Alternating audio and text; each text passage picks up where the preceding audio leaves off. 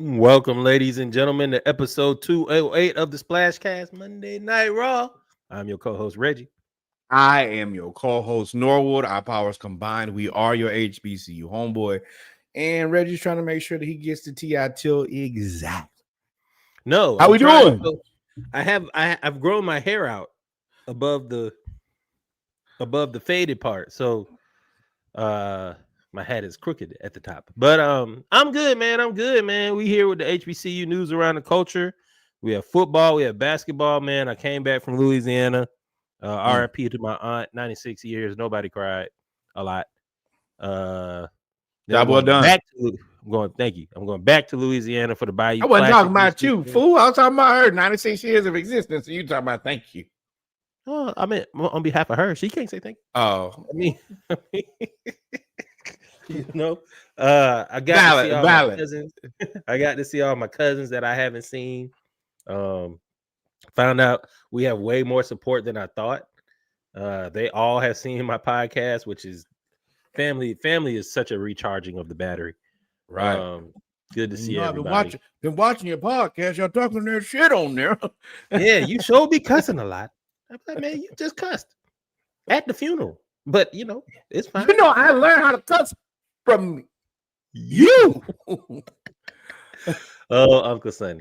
But yeah, so other than that, man, this has been fun, man. I'm happy for this HBCU news around the culture segment, man. This has been a hell of a weekend. But how you doing, brother? What'd you do this weekend? Oh, you already said it. We just had a whole conversation about you did nothing. Yes, you know, I did what I had to do. Potted, tried to adult, preparing for getting ready for Thanksgiving break. I've been in my head all week. Oh boy, it's Thanksgiving week. I ain't got to do that much work. I'm gonna just do what I got to do and then get on out of there. Get on out of there. So I've enjoyed this weekend. I tried to be productive. One of my friends got some really good news after getting some bad news, and I'm excited. And then as more comes out, of course, we'll let y'all know on the pod. It's a person who supports the pod. But outside of that, man, blessed and highly favored. Happy to be here. We are coming to the end of HBCU football season, and it is getting serious. Before we get into that, though, I guess we can. No, we can do it now. Do it now. The Hampton University Pirates have released Coach Trent Boykin. We have known that. I've known that since probably the beginning of the season that it was going to be over. But with that said, it has been made final. It's a very interesting time for the Hampton Pirates. They really need to make a great coaching decision here. Harsh reality is the last time that the Hampton Pirates were a competitive football team, I was a junior in college. As y'all know, I am approaching almost 20 years being out of school. That is not good. I've also gotten into all types of fights with people on the internet about. You see that? No, but there's a joke here. I'm gonna wait till you finish to say it. But yeah, I've gotten into it. People believe that the football team is going to know whether or not people go to HBCUs, and I'm like, oh, this is not the PWI business structure, bro. They don't care if the football team is good or bad. Hampton is having one of the highest, I think the highest enrollment ever in the team. It's terrible. It's not a reason we go to school, brother. So you said Hampton hasn't been good since your junior year in college. That would be what, 2007? Correct. 2008, somewhere in there? Yes. When was the last time Florida was good?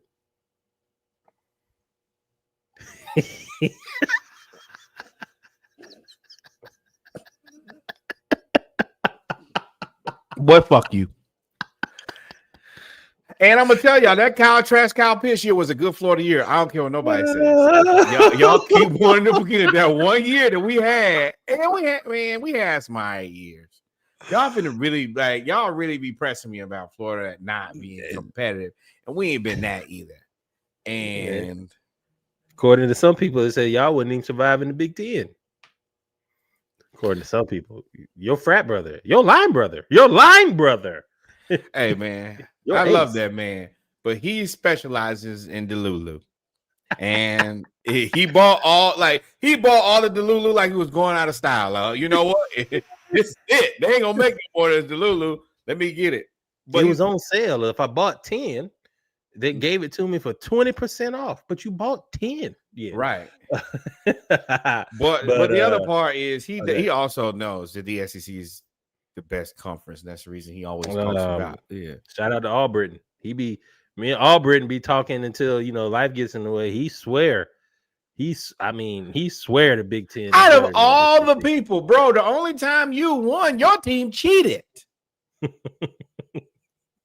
Cheat. I think that's the one thing the Big Ten must always repent for. Is outside of Ohio State, you guys had to cheat to win. I need to see Connor Stallions. Also, we was 11-2 in 2019. Now, boy, I had to go look that up. Yeah. Who y'all? Hold on. I think. Okay, hold on. Let me clarify some things here. Now, hang on. I'll be the first to tell y'all it should have been murky after Urban. I'm honest. I think you and me been podding for almost 3 years at this point. I've been relatively realistic about my team. I'm not a person who's just delusional about how good or how bad, like how good my team is. I think I've given you an accurate assessment this year of, hey, we could beat anybody, but we could lose to anybody. And I think that by the end of the season, you kind of agree. Yeah, I mean, what's your point? I said y'all haven't been good in 20 years, or y'all have been similar to Hampton over the last 20 years. Hampton was not 11-2 in 2019. And in 2019, damn, the bad part is it's a really good season. We lost to number 5, LSU, 28-14. We lost to number 8, Georgia, 17-24. See, people. Then y'all lost the SEC championship game to Alabama, right? I don't got that on here. Oh, well. And yes, that was the Kyle Pitts year, Jonathan Gernard. And then I don't care. That boy still ain't answered the question though. But it's okay. I just don't remember. And then the other year we lost to Georgia 9-17, and we lost to they put all those games on there. We didn't lose that game. We didn't go to the SEC championship because we lost to Louisville in the Sugar Bowl in 2012. 2012 and 2019. We ain't been terrible for 20 years. We just ain't been the best. 18. Okay, 18 or 20 years. But ladies and gentlemen, let's go ahead and get started with our HBCU news around the culture. You ain't shit and never gonna be shit. The first. So we're gonna talk about MEAC. We're gonna talk about SWAC. Y'all know how it goes. But hey, we gotta highlight the SIAC and the CIAA. Benedict upsets whoever that is over there that they played. I can't remember who they played, but Benedict wins 25-24 to win their first playoff game ever. And remember, Benedict had Chinnis, and they went like 30-0 for 2 years, but they kept getting upset in the playoffs. They win on what you call like a Music City miracle, where they ran a trick play and they ran a Wingate. They ran a screen for a receiver, but they put in the backup quarterback at receiver, and they used the fact that nobody really pays attention to HBCUs. They used it against them. They put the backup quarterback in at receiver. He ran a stop route, and then he threw it across the field for a touchdown. Across the field, and they ran for a 75-yard touchdown as time ran out. Wait. So let me give y'all a little bit more context to something that I missed here until right this very moment. Wingate scored 17 points in the first quarter. Then they scored another touchdown in the third quarter. They went up 24-0. Yeah. Lost 25-24. Ooh, boy. Talking about losing. More than transfer to them HBCUs, hey, brother. Man. The anointing's on us. Benedict. That is a tough way to lose to the Blacks. Yes, it is. So shout out to Benedict winning. And shout out to Wingate for losing. Moving on, I think Albany State, which I believe is SIAC, the 2025 SIAC champion Albany State Bulldogs get their first playoff win as they beat Valdosta State. Why is that important? Valdosta State's former coach is now the head coach at Prairie View, who is now winning the SWAC West and going to the SWAC championship game, Mr. Jackson.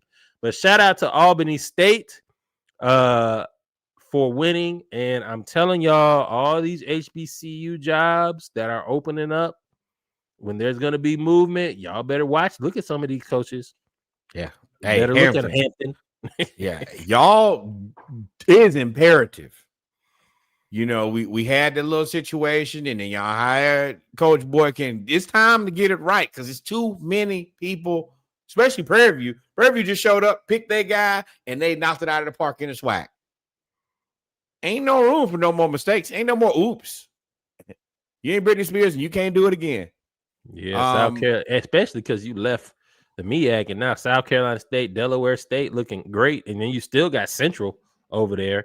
I think that this might be potentially a time for I feel conflicted. Oh, Bryce Young, interception. I feel conflicted because I could see how right now, especially A&T, who just they get thunder whooped every week, where it might be time to reassess us as a duo going back to the MEAC.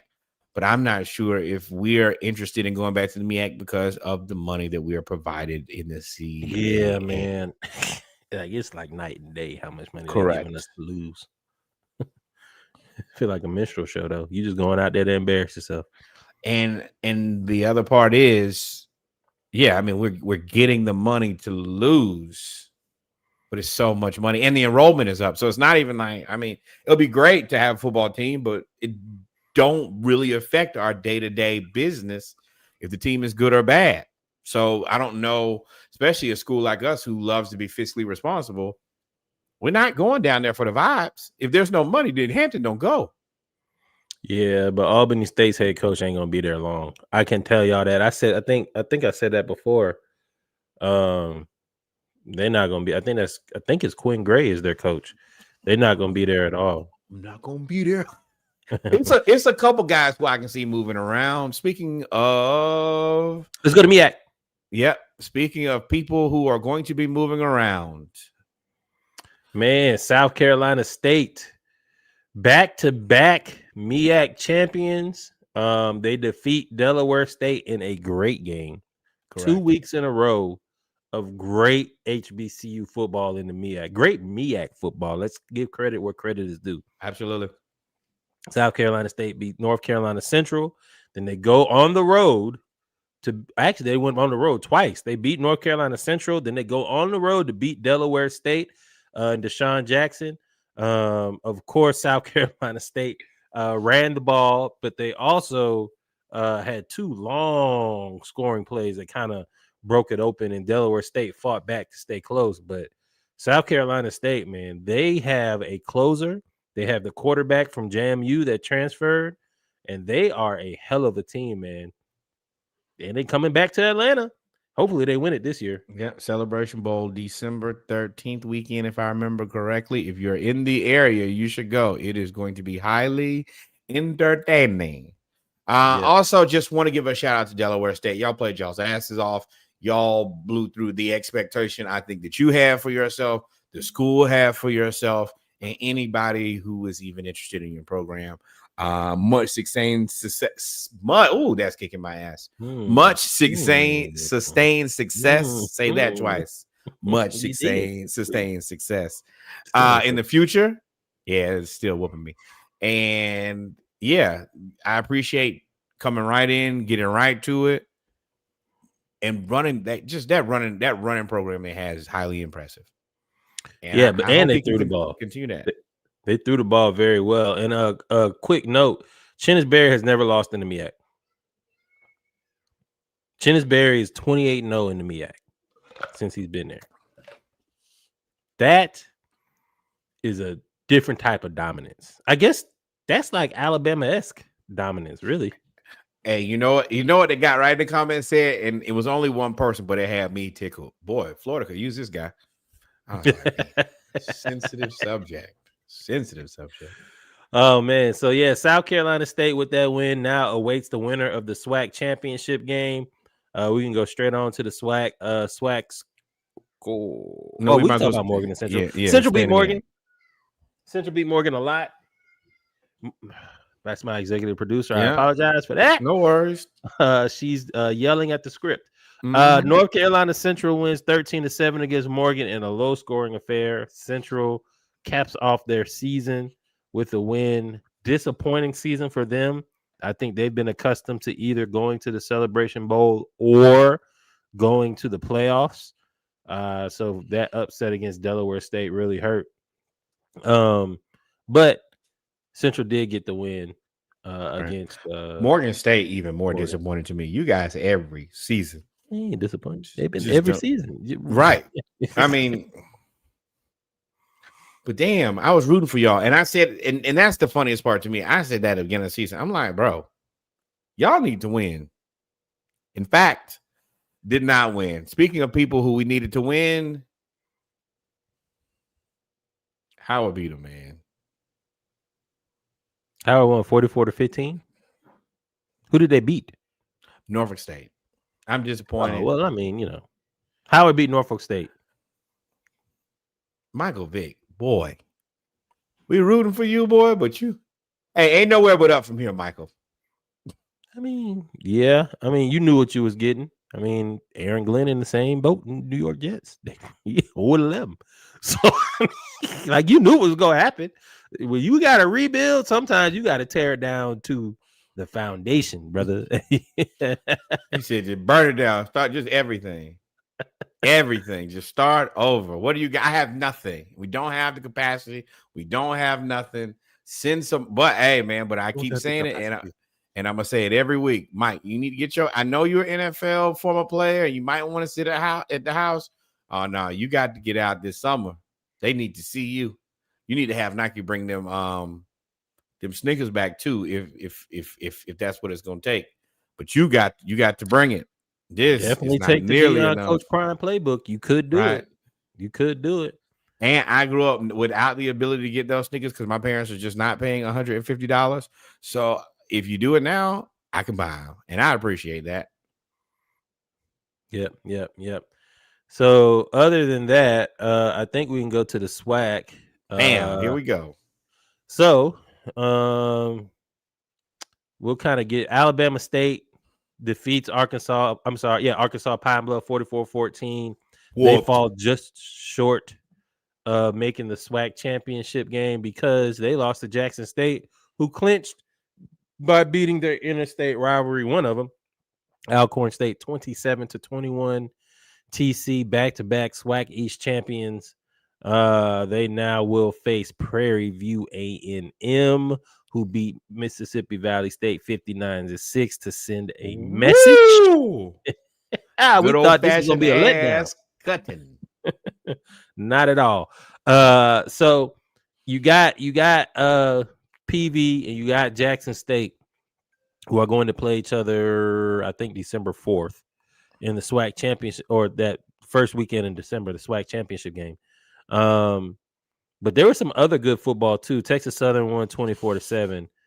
But the game that I saw and watched was Bethune-Cookman. Come on, there it is. Stealing the game against FAMU, winning as the clock expired. I'm sorry, winning with 10 seconds left on 4th and essentially goal to go from like 50 yards out. And they win the game. And the Florida Classic, and now Bethune-Cookman finishes. You can say they finished this season on a heater. Oh yeah, this is what happens when your organization begins to fall apart. We've kind of watched FAMU go through things for the last couple of years, and this is the culmination. Multiple bad losses. I saw on the internet where a lot of their alums have requested Coach Colsey be not brought back.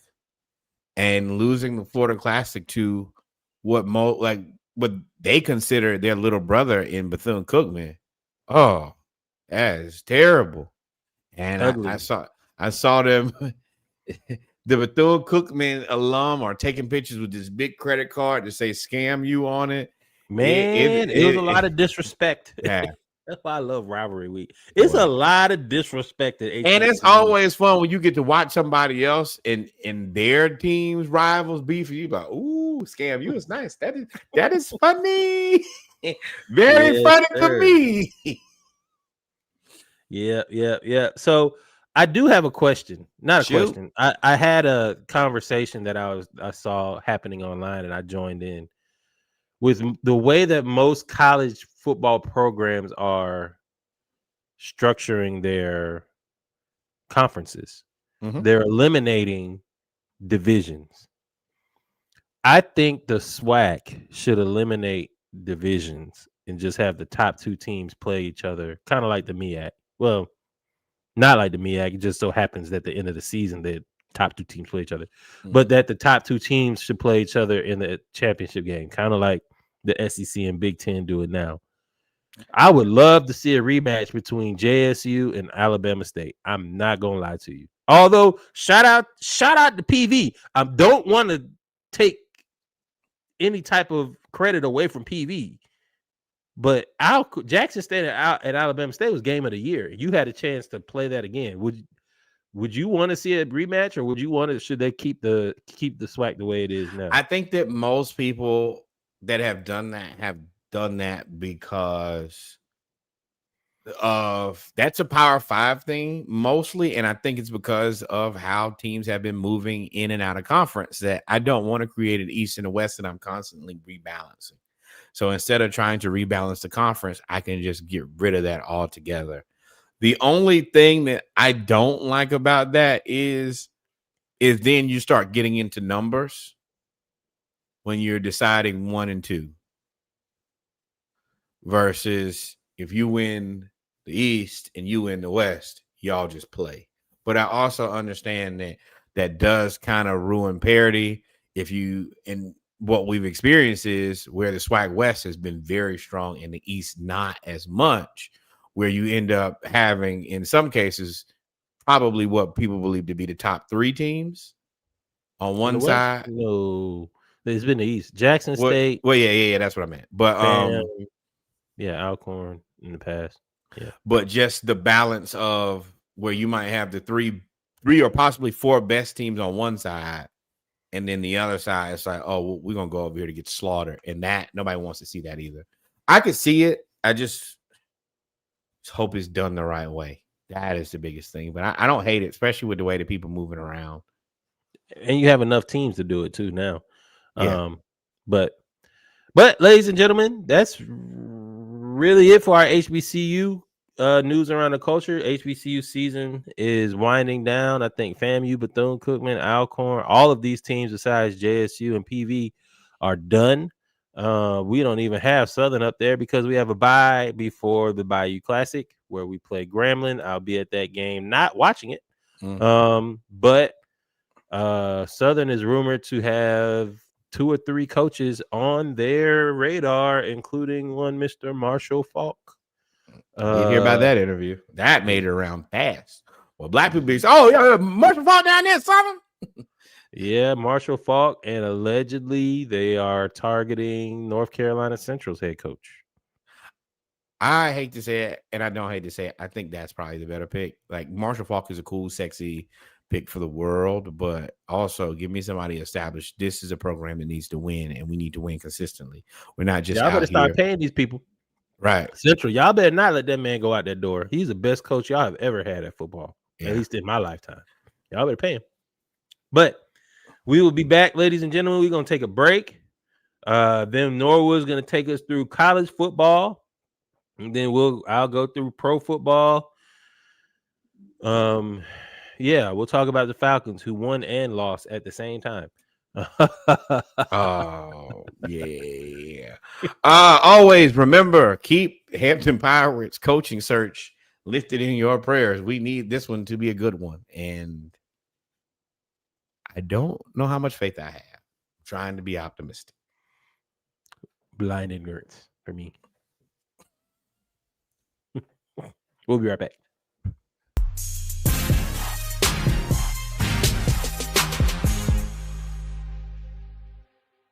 And we're back, ladies and gentlemen, with our football segment and the background music. I know y'all like it. Shout out to Jacko. Right. With our football segment of episode 208 of the SplashCast Monday Night Raw, we're gonna start out with some college football. Where you want to go here first, Norwood? I'm going to start with the people who they have in the 12-team bracket. If you got a pen and paper, write it down, listen, or just hear for the audio experience. Here we go. Number 1, they currently have Ohio State seated at number 1. I think that this is fair, at least. I don't love it, but not where I thought you were going there. I think that they're in the Big Ten. They've done what they needed to be. They're always going to be 1, 2, 3, or 4 in some combination, and I have no big issue with that. Number 2, Indiana. This is some bullshit. We all know that Indiana is not good. We've not seen them play a respectable team all season. They beat Oregon. Is Oregon not respectable? Okay, cool story. You won 1 game. You're right. I'm wrong, and I want to apologize because players make mistakes. You're right. Indiana has beat 1 singular respectable team all season, and now they're the number 2 team in the country.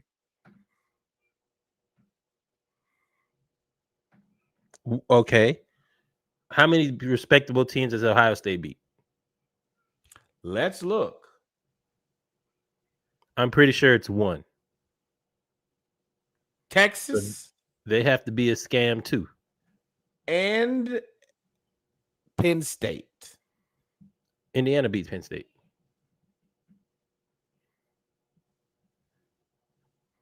Yes. So fair. This is the other context I will give to that argument. Some people may not like it, and that's fine, because it ain't your opinion, and you can kiss my ass. But for me, they are also the reigning current champions. So until they are beat, I have no problem being in that 1 spot. I wish they played a tougher schedule. Hell, I wish the entire Big Ten played a tougher schedule. But being the reigning champs, I'm much more inclined to leave them at the 1 spot. And a lot of this is probably some legacy respect in there. I don't trust Indiana at all. I think that they are a scam, and I cannot wait for them to play a legitimate football team so that I can figure out if they're good or not. In their bracket placement, they would have to play the winner of Alabama versus Oregon. So, I mean, that would be 2 respectable teams. You would assume. I hate even though Oregon has only I don't want to see them play Oregon again. Like, don't give me that. I wanted some variety. And why are you making Alabama play? Actually, that's not what we got now. We have Texas A&M at 3. Mm-hmm. I think that let's look at their schedule before I get to. They a little pillow soft too now, brother. Well, I will say they played Notre Dame, which I consider a legitimate team. They played LSU, they played Mizzou, and then they also played Texas this weekend. I'm not counting that yet. I was saying, well, yeah, you could count that, but it's 4. That's, to me, that's 4 legitimate teams. Down to what degree you want to call them legit. I think that they're better than 1 Oregon game, and yeah. And then finally at 4, you have Alabama at 9-2. They lost to Florida State. Huh? Georgia's number 4. Not from what ESPN has. In the college football rankings, Georgia is number 4. Oh, they got them at 5 here. And they have Alabama first round. Lost. Remember? Yes, I'm just up. This is not the newest one. There it is. I don't know why it sent me to this one. But okay. Strange. But yes, I think that Georgia's legit-ish. I think that Georgia's legit, but they can definitely be had. That man said ish. Georgia right now is probably playing the best football in the country right now. Maybe Indiana, but again, the only reason you're saying not Indiana is because of the context of who they've played. Georgia right now has played. I think they played Charlotte this week, but I mean they've had kind of a gauntlet the last. That November was kind of tough. You had the rivalry with Florida. You played in October. You played Tennessee. You got to finish with Georgia Tech. You played Ole Miss. You played a lot of teams. You played Texas. Yeah, very, very legitimate schedule. I don't have played more ranked teams than all of the Big Ten ranked Big Ten people combined. Don't get into that. That's just gonna make me mad. They have Texas Tech at Florida Texas Tech at 10-1 representing the Big 12. We have Ole Miss at 10-1. You have Oregon at 9-1. You have Oklahoma at 8-2. Somehow Notre Dame has snuck in the back door 8-2. How are they ranked higher than Miami? Sorry, finish what you were saying. Then the Catholic Church. You have Alabama at 8-2. You have BYU at 9-1, and you have Utah at 8-2, and you have Miami at 8-2, and they are the fourth highest ranked conference champion. Vandy at 8-2, USC at 8-2, Georgia Tech at 9-1. 9-2 now. Yeah. But yeah, so in this case, Tulane, y'all got to understand that the rankings, while they matter, they really don't. Correct. Because you have all of these other rankings. And they're at large bid. And yeah, but you add large bid with Tulane is in. And then, with Miami taking the at large bid right now, Vanderbilt, you have a chance with all of these SEC teams being 10-2. If Vanderbilt wins out, they 10-2, right? If then you have Georgia, Oklahoma wins out, they're gonna be 10-2. Ole Miss is gonna be 11-1. Alabama possibly could be 10-2. All of this before conference championship week. There's an argument to be said that all of those teams deserve it more than Miami. There's an argument, to be honest, outside of Oregon's pedigree that they've had under Dan Lanning, that all of those teams have played a better schedule and are more deserving than Oregon, right? So it's like, hey, man. Now, of course, the eye test tells you that Oregon is probably ranked correctly. But Juwan Jennings went after Morey after the game. Who? Juwan Jennings went after the cornerback for the Panthers. I was like, in the game where he tried to put hands and feet on him. It's not the 12 best teams. This is the 12 team playoff. And I think that's where it gets murky. It's not about the 12 best teams. It's about giving everybody a shot. Yeah, and unfortunately, BYU, who's probably having one of the better seasons since and BYU and Utah are the first two teams out. I can see Utah because unfortunately you lost 2 games. BYU losing to Texas Tech I think they got blown out. But BYU using the Texas Tech, who is the number 5 team in the nation, and literally stomping out everybody else. I think that is going to force them to go to like 16. They still fighting? Oh no, he hit him in the nether regions. That's the reason he was trying to fight him. I would have tried to fight him too. Yeah, we gotta fight. Y'all need to stop doing all this spitting on people, and that's that young people game. It'll get you killed. Yep. But that's just how I feel. I want to see at least BYU or Utah in it. I don't care. It ain't gotta be both, but I would like to see one in there. They've done it. Yeah. I want everything to fall out how it's supposed to. I need Georgia to beat Georgia Tech, and I need Texas A&M to win. Although I would say I love for Georgia to win the SEC championship. Hell, if Alabama wins, Georgia gets like 3 weeks off before having to play again in the playoffs. I've been a proponent of not playing in the SEC championship for a very long time. Skip Might it. as If well. I don't have to do it, let me lose early. Go ahead, get me out of the paint. Y'all play it. I'll see y'all later.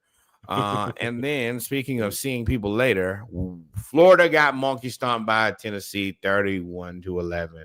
All the magic that we had last week where we tried to do our best to win is gone. These players are all either injured or they're redshirting at this point. It's over. I don't think, and I said this on Saturday Morning Live, the uncertainty at the quarterback position, at the coach position has put everything, I think, in influx for everybody at this point. I think everybody's just in a holding pattern until after the Egg Bowl. Let's be real. We're all sitting and waiting and wishing for Lane Kiffin. But I also understand that, apparently the Falcons might be waiting to wish for Lane Kiffin. The Gators might be waiting to wish for Lane Kiffin. LSU might be sitting, waiting, and wishing.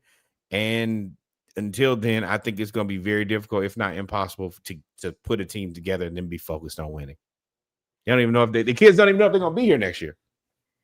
Yeah, you was going to get look. I knew y'all was going to get smoked in this game because y'all don't have an offense to score with Tennessee. Y'all have the defense to slow down Tennessee, but y'all scored 11 points. Tennessee's offense is going to score more than 11 points on everybody that they play. Correct. Like literally everybody, no matter how good your defense is. So I kind of knew y'all going to lose this game, but really more about it, I'm interested to see what happens. Lane got us.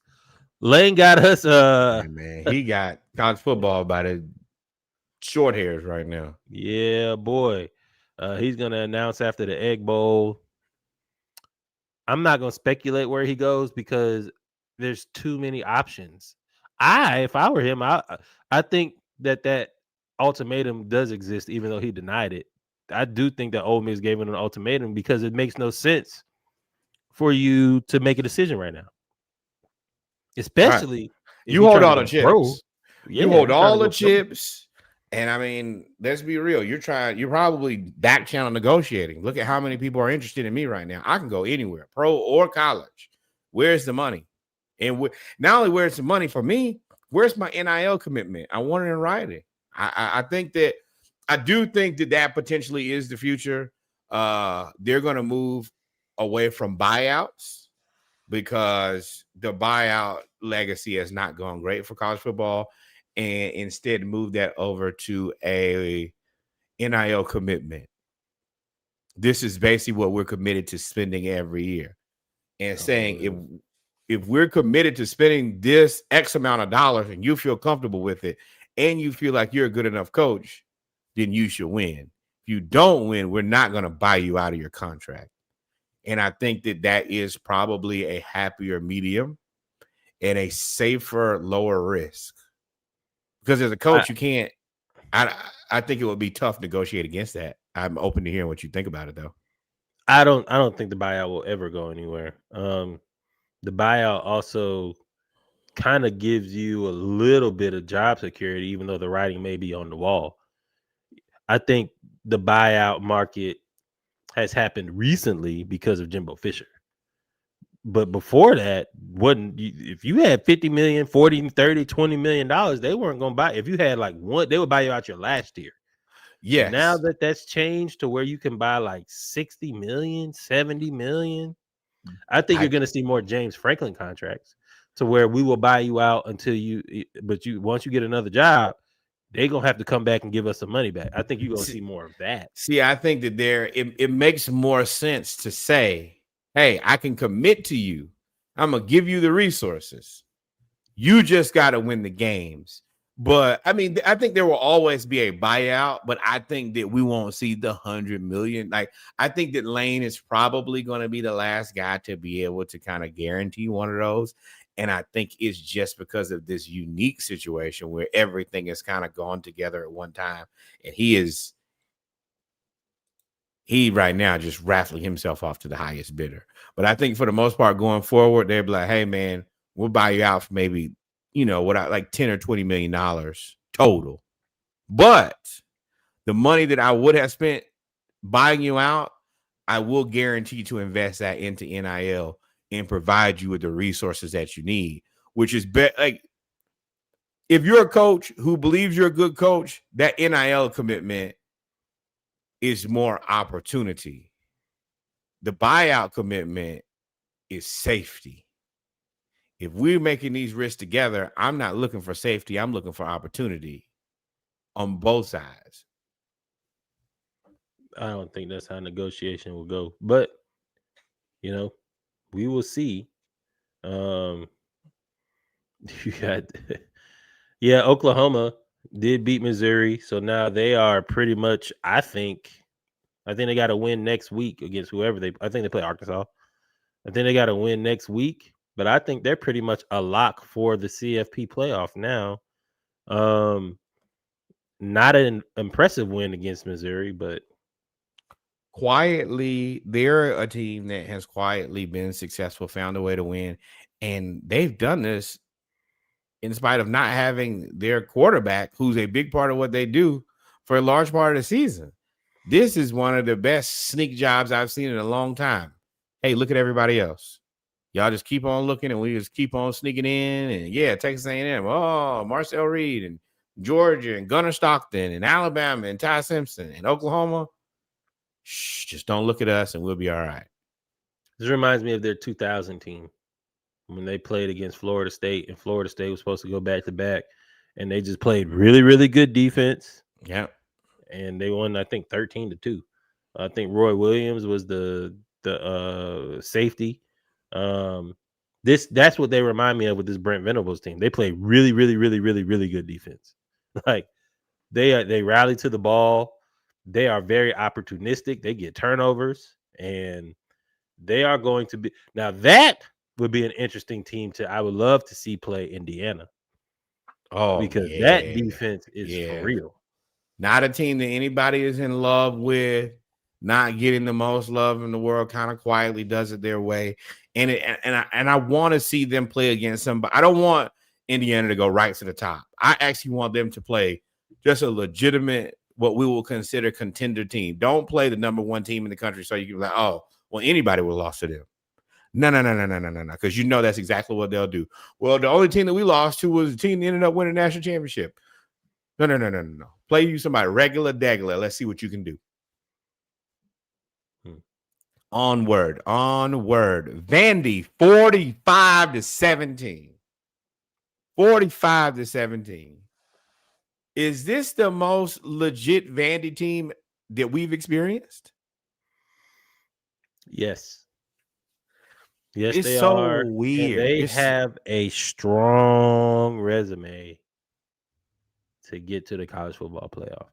If they need a couple things to happen, they need a couple teams to lose to get, but they are one of the best 2-loss teams in the nation. The Nerds are good. They have a better resume than Miami. I think they have a better resume than almost everybody in the ACC. I would love to see them play Indiana. Love to play them. Vanderbilt? No, Indiana smoke Vanderbilt. But I think Vanderbilt would beat Miami. I think they would give Miami a run for their money. I think that they would give who else do we have in that bracket? They already gave Alabama a run for their money. They should have beat Texas, and they just didn't. If you could give Alabama a run for your money, then I think that you could give Indiana a run for your money. So it's the theme. We shooting at Indiana. And I also think I really fuck with this Vanderbilt team. They're not a place where people care.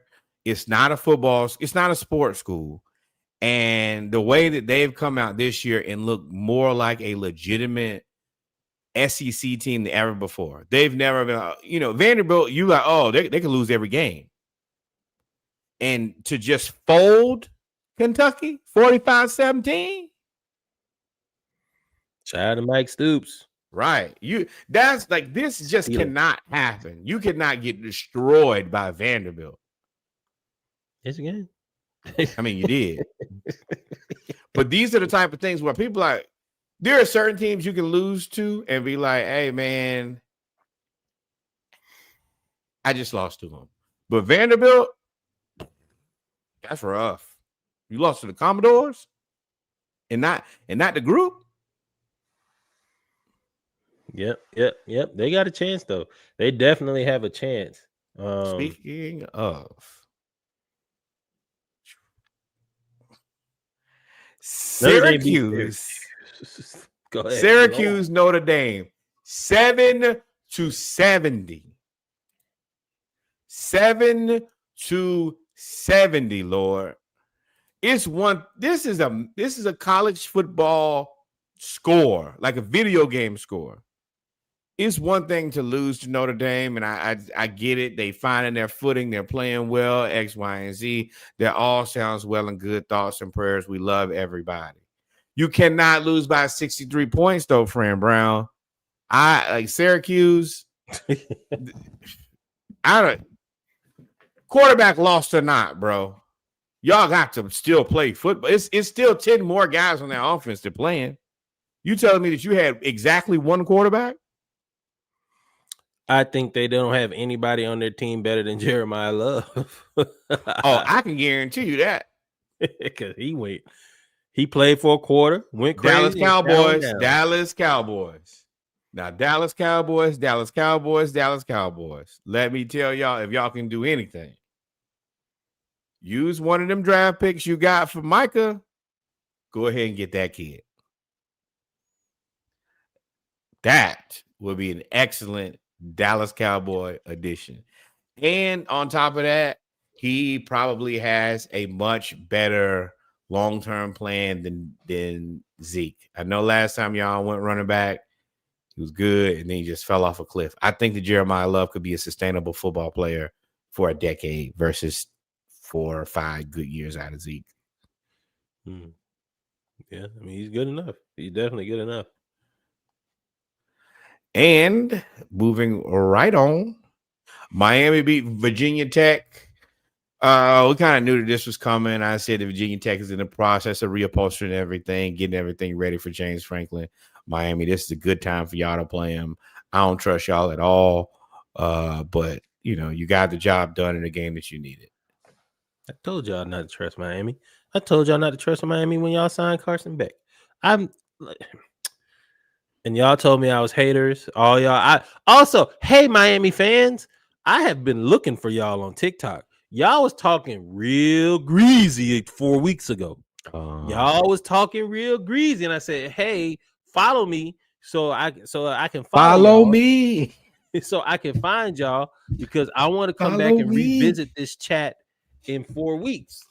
Ready to be on them internets, tearing them people up. Y'all have been ghosts in the wind, bro. I haven't found none of y'all. I done searched every type of hurricane you could have: a Miami hurricane, a South Florida hurricane, a Dade County hurricane. I even went to high schools. I was like, maybe Miami Gardens. Miami Gardens, somebody 305. Let me put it, Uncle Luke. Somebody can tell me where I can find these chats. None of y'all have been seeing. Remember, y'all said y'all was gonna smoke Georgia? Yeah. Let me ask you a question. Why is we said it earlier, and we had to stay on schedule, but now that we're here, why is Miami not ranked higher than Notre Dame, even though they both have 2 losses, and they beat Notre Dame head to head? How is that possible? Let's see. Beat Notre Dame 27-24. Whoop Bethune 45-3. Beat South Florida. Beat South Florida when they were ranked 49-12. Whoop Florida. Beat Florida State when they were ranked 28-2. Lost to Louisville. Beat Stanford. Lost to SMU. Whooped Syracuse, North Carolina State, Virginia Tech, and you play Pitt. Well, first part is they still have more work to do. Pitt is not a walk in the park. As they just beat Georgia Tech. Correctamundo. And if I'm correct here, Pitt is 6-1 in the ACC. The ACC is wild. Pitt is 6-1. I think Georgia Tech is like 6-2. Oh, hold on. I got it right here in the conference. Virginia 6-1. Pitt 6-1. SMU 6-1. Florida State. Georgia Tech 5-2. Miami 5-2. Duke 5-2. Then after that, it's the rest. Damn, Bill O'Brien in Boston College, 0-7, 1-10. Fire. Also, this is bizarro world. Look at the bottom of the ACC. Syracuse, Florida State, Virginia Tech, UNC. These are teams that You go back 20 years and be like, nah, these teams are good. No, these teams are terrible. Florida State at 5-6 and 2-6 in the ACC. Hey, they're not gonna let you come into down on Mike Norvell, tripling down now on Mike Norvell. Said he's coming back. Do it. But yeah, the ACC is wild. I think right now, if everything holds, it's going to be SMU versus who is it? SMU versus SMU and no, right. I mean, we got to see how everything plays out right now. 6-1, 6-1, 6-1, and 6-2. Who's the second 6-1 team? Pittsburgh. No. Virginia, Pittsburgh, and SMU versus Virginia right now would be the game. But this week is so crazy. Now Georgia Tech's out, I believe, unless they just need a lot of help. But you still have all of these teams to play. The ACC could basically trick themselves off to where they don't even get a team in the playoff, aside from the conference champion. And I don't like that. I think the Georgia Tech's had a pretty solid season. SMU has a hell of a case study for spending the fucking money. And Texas. Well, I don't want to put Texas in that because they're a legacy brand. So I don't want to put the state of Texas. Yes, but I want to make sure that I leave them out. I think that Texas Tech and SMU, which are two lesser known schools with much smaller brands who have just had large cash injections and been able to buy themselves into legitimacy, I think those two are more comparable. Texas, everywhere they've been UT. Texas Tech has been cool, but it's like y'all over there. All right, Mahomes and Baker and all the rest of y'all, but y'all you're not competing for anything now. They're going to be in the top 12. And then you look at SMU and what they've done. And they've just spent money and kind of turned the corner on a lot of these guys who've been trying their best for a long time. It's just like, oh, no, I got $20, $30 million. We can legitimize ourselves. Then you got Wake Forest who've been trying to play football at a high level forever. And you're like, bro, why? Why us? North Carolina State, why us? Like, why can't we just be that good? So let's circle back. Mm-hmm. Why is Notre Dame ranked higher than Miami? Oh, you know why. Because they loved him. It's the same reason I hate them not being in a conference. They get to circumvent all the rules. I think that it does help that they lost 2 games early. Those are the only yes. First 2 losses, and then they basically won everything. They haven't even been in the conversation since then. 56-30 over Purdue, 56-13 over Arkansas, 28-7 to Boise, 36-7 North Carolina State, 34-24 to USC, 25-10 Boston College, 49-10 Navy, 37-15 Pitt, and then 70-7. It's tricky because the 2 games. Pitt beating Georgia Tech helps their resume a lot. And I also will give them this. Their 2 losses are combined by 4 points. You lost by 3 points to Miami. You lost by 1 point to Texas A&M. I think most of the teams have. I don't think any team in that rank has really bad losses. But I mean, those are really like coin flip. But it's also Notre Dame. It's just what you get with them. You know that's what you're going to get. We don't think it's fair. We don't think it's straight. But also, I'm not going to continue to boo-hoo about something that they ain't going to fix. They have no intention of fixing. And them not having any of that, then what am I going to fight for?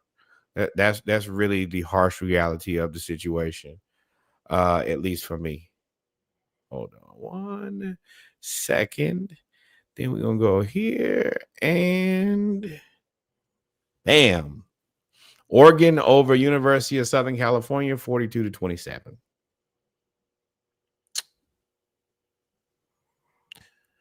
Daniel Lanning. I enjoy all the bravado. I enjoy all the antics. And yes, you have a lot of antics. You say they're not. They're antics. You said mama ain't raised no bitch. That's why you don't wear, a jacket in the cold. And all of these things. And yes. Is that what he said? Your mama fall told you in. not to. Well, my mama don't want me to Never catch a told me about cold. that. Yeah, Right. You I'll supposed go my mom. somewhere. Yeah. Black parents tell you just for the season. Dan Lanning in Oregon beat USC 42-27. But Dan Lanning, you got to pipe down, big dog. You taking shots at the SEC for this week that they played, and the SEC did have an off week, right? They played, I think Georgia played Charlotte. I think Alabama played like Eastern Illinois. I think Auburn played somebody boo-boo, right? Like you have all these teams that didn't really play anybody.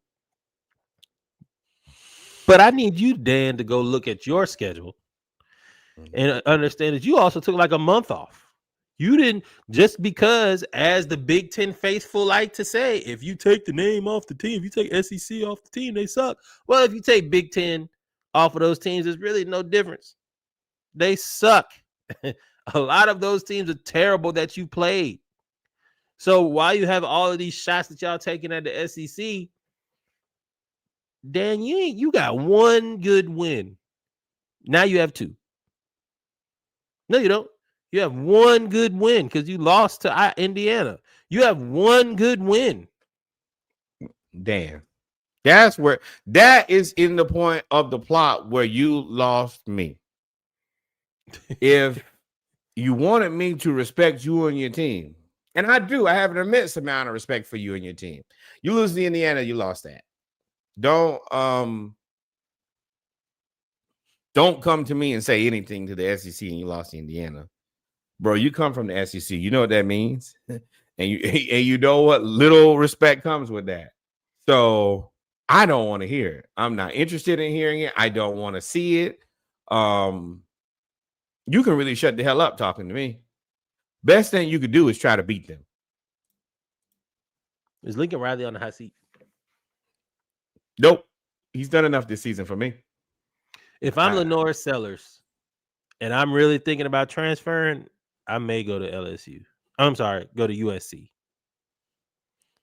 Lincoln Riley is, for all intents and purposes, a quarterback whisperer. Yeah, but he ain't whispered. You could get over there and play. He ain't whispered to no quarterbacks in long enough either now. I hate to say it, but Miller Moss. 4 years? Since he left Oklahoma. That's a month of Sundays in football time, especially after you you have the resources. It's not like you don't have the players and you can't get a quarterback. Yeah, it's probably I'm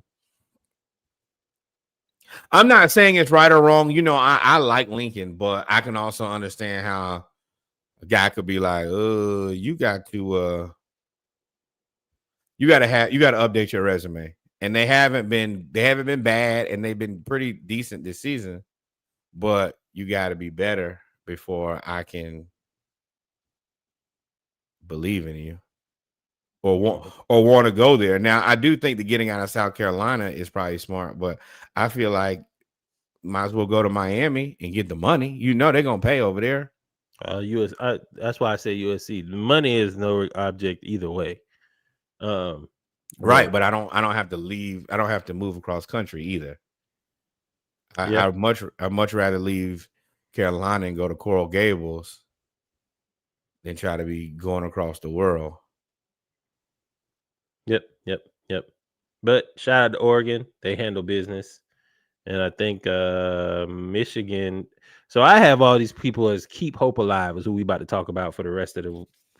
You got Michigan, who's quietly 8-2, beats Maryland 45-20. What do we see? That's the part that I hate is what are we doing with Michigan, man? We know they're not good. You're wasting everybody's time by making us watch them, and the whole time, as soon as they get in there, they're just going to embarrass their conference. They're not a good football team. I think Michigan fans know that they're not a good football team. So why are you trying to convince us if you can't convince yourself? And that is because they beat the national champions. They didn't beat Ohio State like the last 3 years or something like that. And they got to play them again. And they can play spoiler. And if they win, I believe that they would make it to the Big Ten championship game against Indiana. And talk about something I surely do not want to see is Indiana and Michigan in the Big Ten championship. But congratulations to Michigan. I guess Coach Loxley, I heard that they're going to run it back and they're going to give you a larger commitment to NIL. Best of luck. I would love to see you be competitive and possibly win it. But if not, you can move around somewhere else. Maryland, one of them schools is always going to kind of be, it's a basketball school in a basketball state. And it's just tough to win that recruiting battle. Yeah, you got to deal with James Franklin now. Yeah. Master recruiter. Ooh. Oh, Lord. Thoughts and prayers in advance. Speaking of thoughts and prayers, Cincinnati loses again. They've been the scam that I believe for a long time now. BYU wins again. They are number 11, and they are not on anybody's playoff bracket. I don't like that. BYU?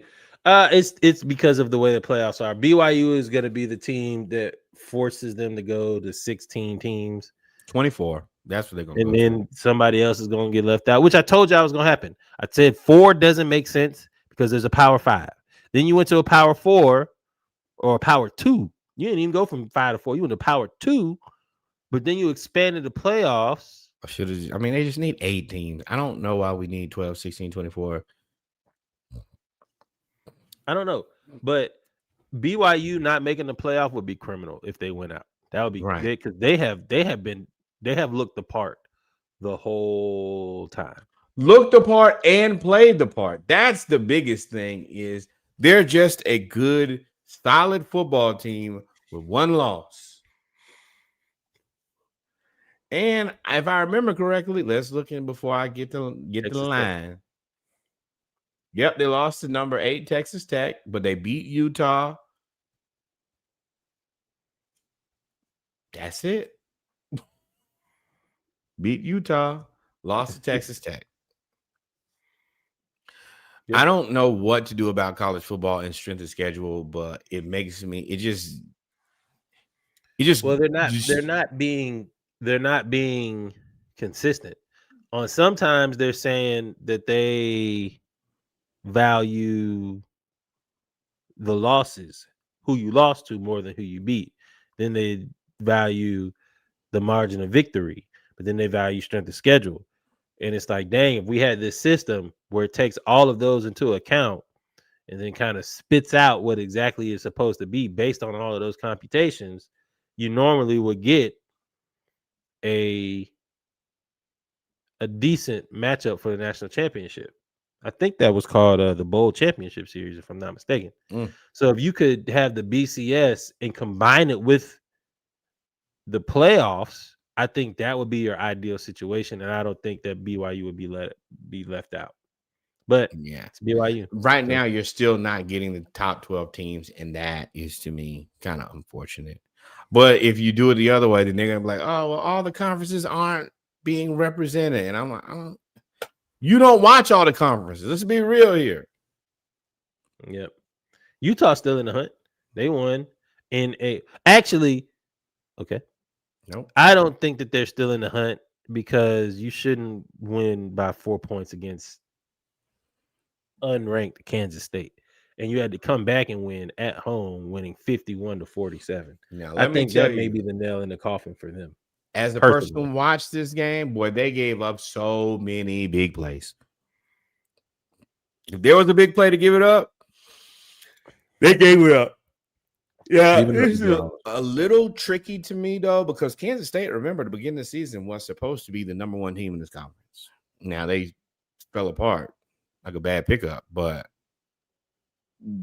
they were always recognized as a team that could do it, and they kept doing it. They did play after play after play. I was like, hey, y'all not going to attempt to stop these guys before they pick up 40 yards every play?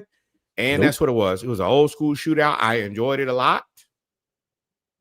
And that's all I got. But, yeah, it's tight on Utah. Yeah, you're probably right.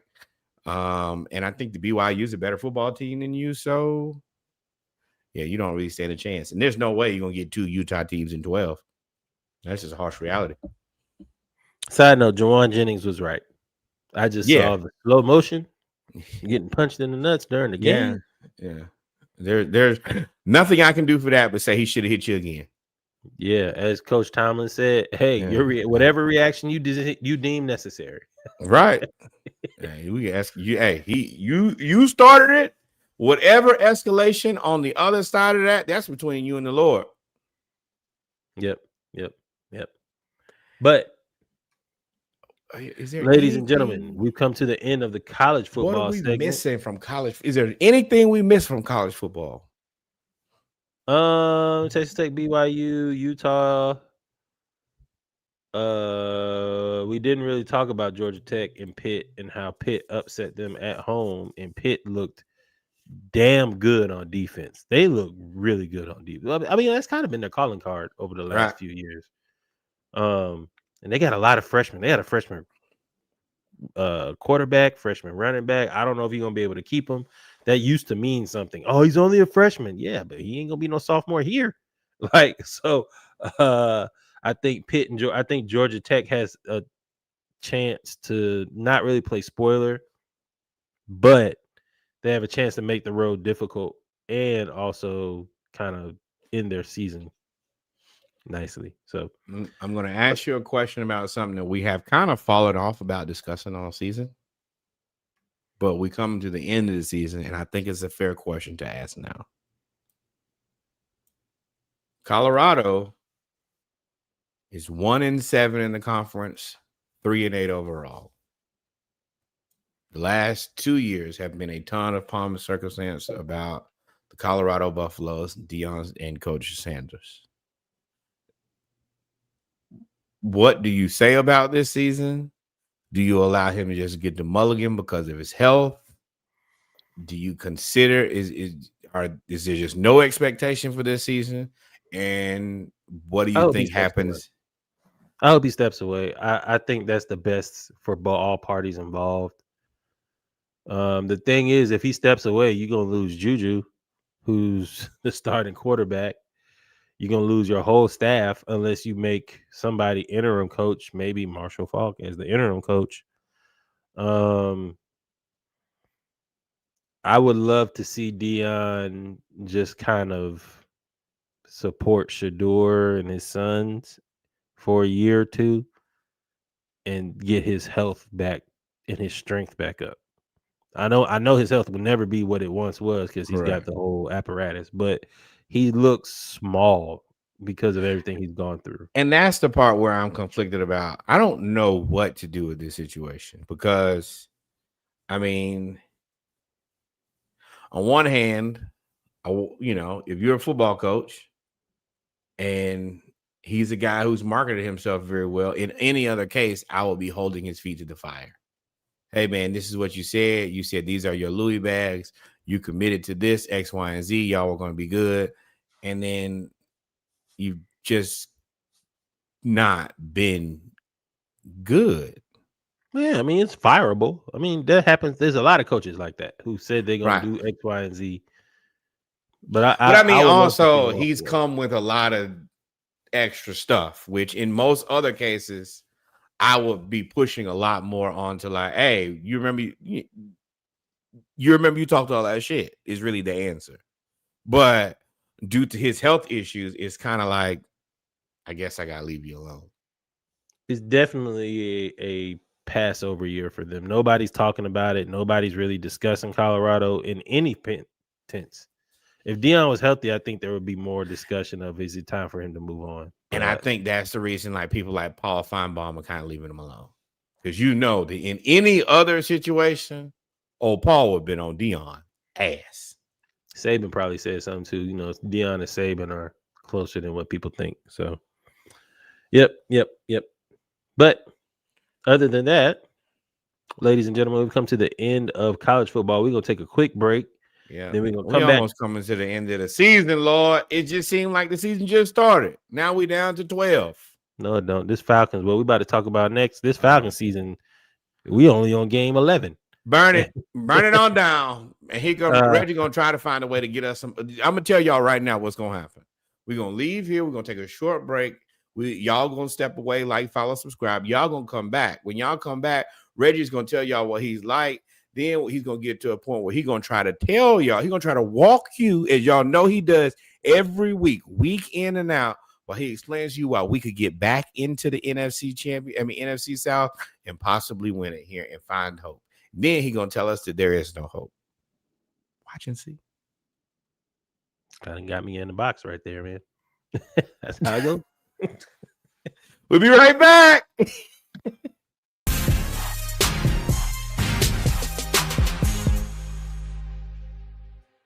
And we're back, ladies and gentlemen, with our final segment of episode 208 of the SplashCast Monday Night Raw. Remember to like, follow, and subscribe.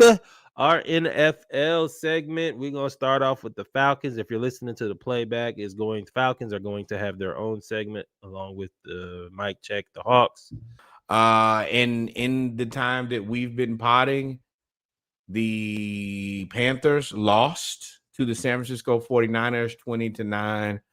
The Panthers look back like themselves, and Brock Purdy came in and managed to throw 3 interceptions and still win a football game. Yeah, he looks like a poor investment. Yeah, I mean, you have Salah has that defense playing outrageous. They're so good with what they have and what they're missing, and they're still so good defensively. He's probably going to be a head coach next year somewhere. Brock Purdy, 23 of 32, 139 yards, 1 touchdown, 3 interceptions, did not get sacked. He threw them 3 interceptions in a row, too. He was like back to back.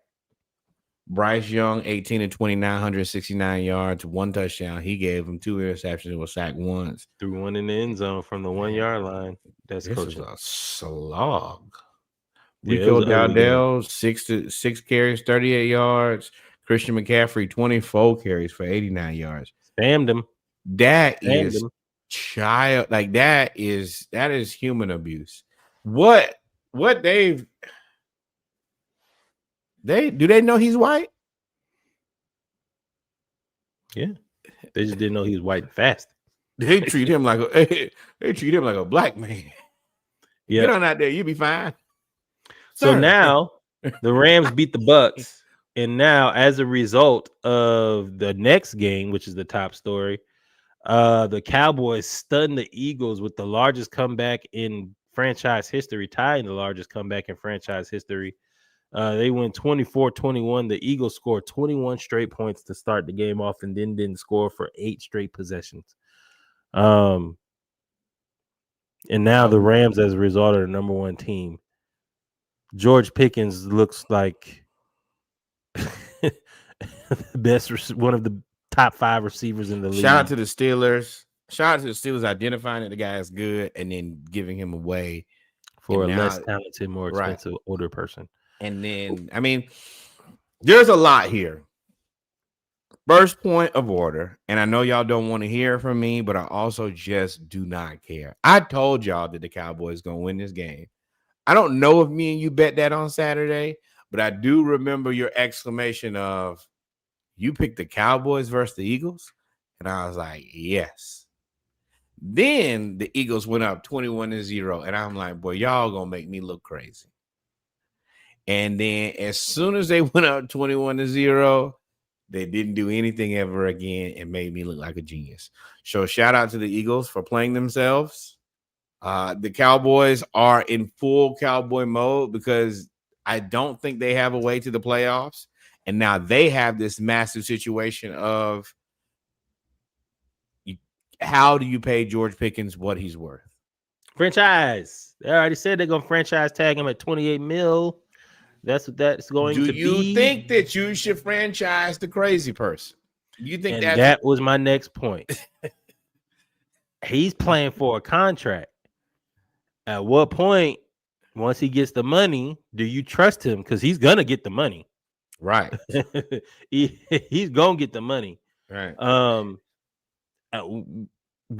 Well, one, I don't think that they can come back in this division. Philly's 8-2, 8-3, and they're 5-5-1. If they had won against the Packers, boy, talk about disappointing. Mm-hmm. If they had won against the Packers, they would have been 6-5 would be a lot closer. Well. And the Phillies, and you called them the Philadelphia Phillies. They're the Eagles. They play the Bears, the Chargers, No Joe Alt. Commanders twice, and then the Bills and the Raiders. They're gonna run away with it, and especially after this loss. Oh, they probably like this might have been an old school day of practice. Like, hey, y'all not getting along. Figure that out. And we had a 21-point lead and lost the game. Embarrassed. We've embarrassed ourselves, and that's the thing. The Philadelphia Eagles have embarrassed themselves as an organization for the last like 4 or 5 weeks. Even in the games that you win, you have so much. Embarrassed themselves last year. They just happened to win the Super Bowl. Well, what I'm saying is you've embarrassed yourself. You got everybody talking in the media. Everybody got, not happy. And then it was okay when y'all were like, you can be mad with somebody as long as we win it. Then you play your biggest rival. You get a 21-point lead and trick it off. There's no talking from anybody in practice. Hey, shut up. We have to win. Y'all have to put everything personal aside. We have to get back to the thing that is the main thing. And the main thing is W's. They got to figure out how to get Saquon Barkley back on track. They got to figure the offensive coordinator. Everybody's looking at you, bro. Your conflict management, your target man, you are tricking off a really good team. Most teams don't have a roster like this, bro. You look crazy. Yeah. Speaking of the other top story. So this is a shady picture for me. This is their picture. I know. The Browns beat the Raiders, which is not surprising because the Raiders suck. And when I say the Raiders suck, the Raiders are awful. Their offensive line is terrible. Ashton Genty, free you. But no, Freedom Carroll boys. That's what they need to free. But Shadur Brown gets his first start, and he does something for the first time in 26 years that happened in Cleveland. It hasn't happened in 26 years. A Cleveland Brown quarterback started their first game and won their first start, and it was Shadur Sanders. Shadur had an up and well, did you see the game? Did you see the highlights? Yes, I watched this one. I had to. He had an up and down game. But I tell you, he looked better than Dylan Gabriel. For sure. Now, this is where I offer pushback. And I'm just going to give you all the numbers. I'm going to give you a reasonable opinion, and you can take it or not take it. Shadur Sanders, 11 of 20, 209 yards. He's averaging 10.5 yards per completion. 1 touchdown, 1 interception, 1 sack against the Los Angeles Raiders. Excuse me, the Oakland Raiders. Las Vegas Raiders. Jesus. They one of them cities, in all of them cities. If you drafted a guy in the 3rd round in Dylan Gabriel, and if you don't think that he could give the Las Vegas Raiders 11 completions for 209 yards and 1 touchdown and 1 interception, then I question your scouting department. The Browns? You don't? No. Wait, hold on. I'm getting there. So if Dylan Gabriel can't do this, then there are bigger problems. I personally think that Dylan Gabriel could do the same thing. Will it probably look the same? No. Dylan likes to throw a little bit shorter of a ball. That's fine. But I think that this is. I hope numbers then. Huh? You're hiding behind numbers because you watched the game. They threw the ball down the field like 60. Jared Judy had to stop, skip, and jump. That messed up a play. He stumbled at the 1-yard line.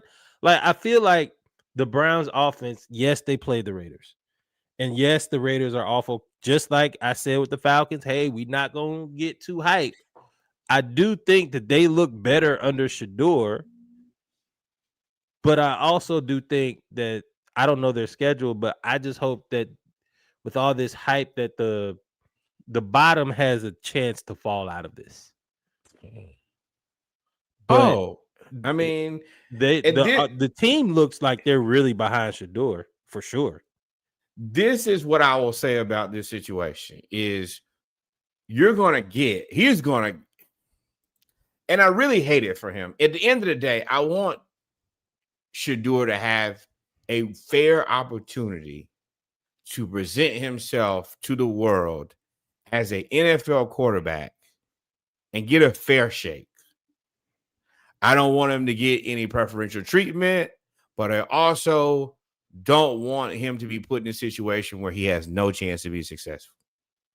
And like I said last week, this is a good game to start because you're going to play against a team that I think across the board. What I mean, I hope not, Lord. That's the other part. I don't want him to continuously perpetually be going into these slumlord situations where success is not an attainable thing, because that doesn't do anything for him either. So you're going to play the 49ers next, which is probably going to be not a great game for you. Right. Then you get to play against the Tennessee Titans. That's a really good game for you. You get to play against a guy who people will consider you're comparable, even though y'all are not. He's going to get sacked 100 million times. You got to hope, that's another Myles Garrett 5-sack game. But you gotta talk about Stefanski. Like Stefanski's, this is me. My point of view. He clearly does not want Shadur to play at all. He has no intention of wanting Shadur to play. I'm not saying he has a personal vendetta, but professionally, he is not trying to have any type of Shadur nothing. Even to the point of when Shadur did get the first win, most of the time you make a big deal of a quarterback, especially a rookie quarterback, getting their first win. And from what all the clips that I saw, because again, we weren't in the locker room, but all the clips we've seen, he gave like superlatives and game balls to everybody else, and then was like, "Oh, shout out to Shadur for his first win," and then kept it moving. And I don't know if it was edited that way because it did cut out right after the video, but everybody that sees the step video doesn't come up with the same conclusion unless that conclusion is likely. And to me, Stefanski, for whatever reason, the whole thing of him starting and not getting reps and him refusing to announce a starter next week, I'm not going to really fall into that trap anymore, that media trap anymore. But it is clear to me that he does not want Shadur to play, even at the detriment of an already bad team. Well, I think that he understands. I think that it's a multi-level kind of situation because I think he understands that ownership doesn't want Shadur to be their guy, and I think that he's trying to keep his job. So if I know my supervisor doesn't want this person and clearly wants the other guy, and I'm trying to keep this job, and I haven't won a lot of football games, then I'm probably going to acquiesce to what leadership wants, because if I go against it, then they're going to fire me. You'll get fired anyway. Well, and so your rebuttal to that is to play Dylan Gabriel? Man, I think that's been his plan. Now, there is another part of this, and y'all may or may not like it. I also don't care. And at the end of the game, they interview Shadur after the game, and his answer is, "I'm who they've been looking for." Mm-hmm. I think there are a couple things. Number one, bro, if you go 11 or 20 for 200 yards, you didn't play "I'm who they've been looking for" football. And I would say that to anybody. If Michael Penix goes 11-20, bro, do not win a game against the Raiders. Like, oh, that I'm who. No, you ain't. That's not what we're looking for. You got the job done. Congratulations.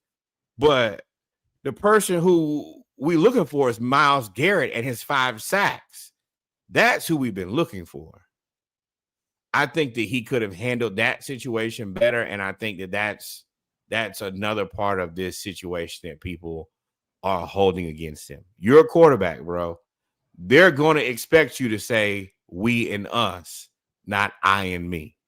And in this time, after all the things that you kind of did going into the draft, I think this is an opportunity for him to say, hey, man, this is a massive team win. Our defense went crazy. We had 10 sacks. And we get back to it next week. That's what I would have liked to hear. Not I'm who they've been looking for. Man, that's not my personality. So if I feel like you've been shitting on me since I walked in the door, then no. Especially, and then you ain't give me no game, but man.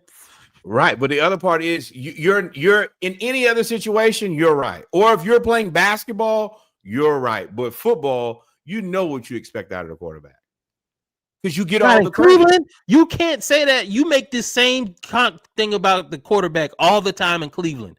They have not had a good quarterback ever since correct since before they left.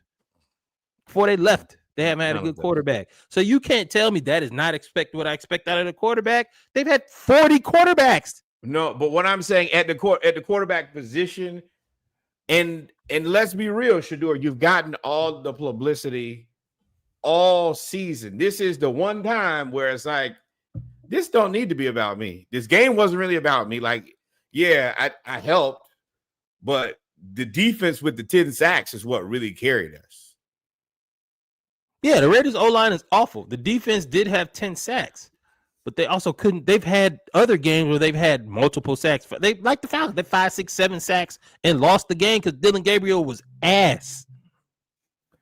Okay, well, if you do that, that's great. I don't think. No. Quarterback position. This is. Okay. What did you expect him to do as a rookie making his first start? Because who fourth string? Because it seems to me that there's a lot of leeway when you say what did I expect him to do? When you say what did I expect him to do you mean how I expected him to handle the interview, or what did I expect him to do during the game? You already said what he would do in the interview. In the game. You said 11 for 20, 204 yards. You don't get a chance. You shouldn't be able to talk. You shouldn't be able to say nothing. You should be humble, etc. So if that's what you're saying, what did you expect for him to do in his first start? I think that he played a very normal first game. Very normal first game.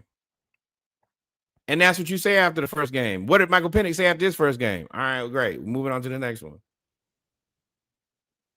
Yeah, Michael Penix wasn't fourth on the depth chart. Like again, it just seems like there's a set of sliding rules. What did Dylan Gabriel say after he won? He didn't say I'm who they've been looking for. So, do you think that? Okay. I don't think Dylan Gabriel should have started over Shadur. I think that the treatment that Shadur has had versus Dylan Gabriel versus all that, it's been I don't know the word. Biased is wrong because it's not biased, but unfair is too strong of a word. But it's like, bro, I feel like specifically the Browns we criticized the Jets owner for saying I don't think Justin Fields, saying all those things about Justin Fields. But Justin Fields won the next game. And what did he say? All right, when we play football, we won and we kept it moving. I have no problem with Shadur shitting on the people that shitted on him. I think that would be how I say that. And if the Browns decide to move on from him because of that, That's what everybody's saying he needs to do anyway. This is your audition to leave. This is not your audition to take the Browns starting quarterback job.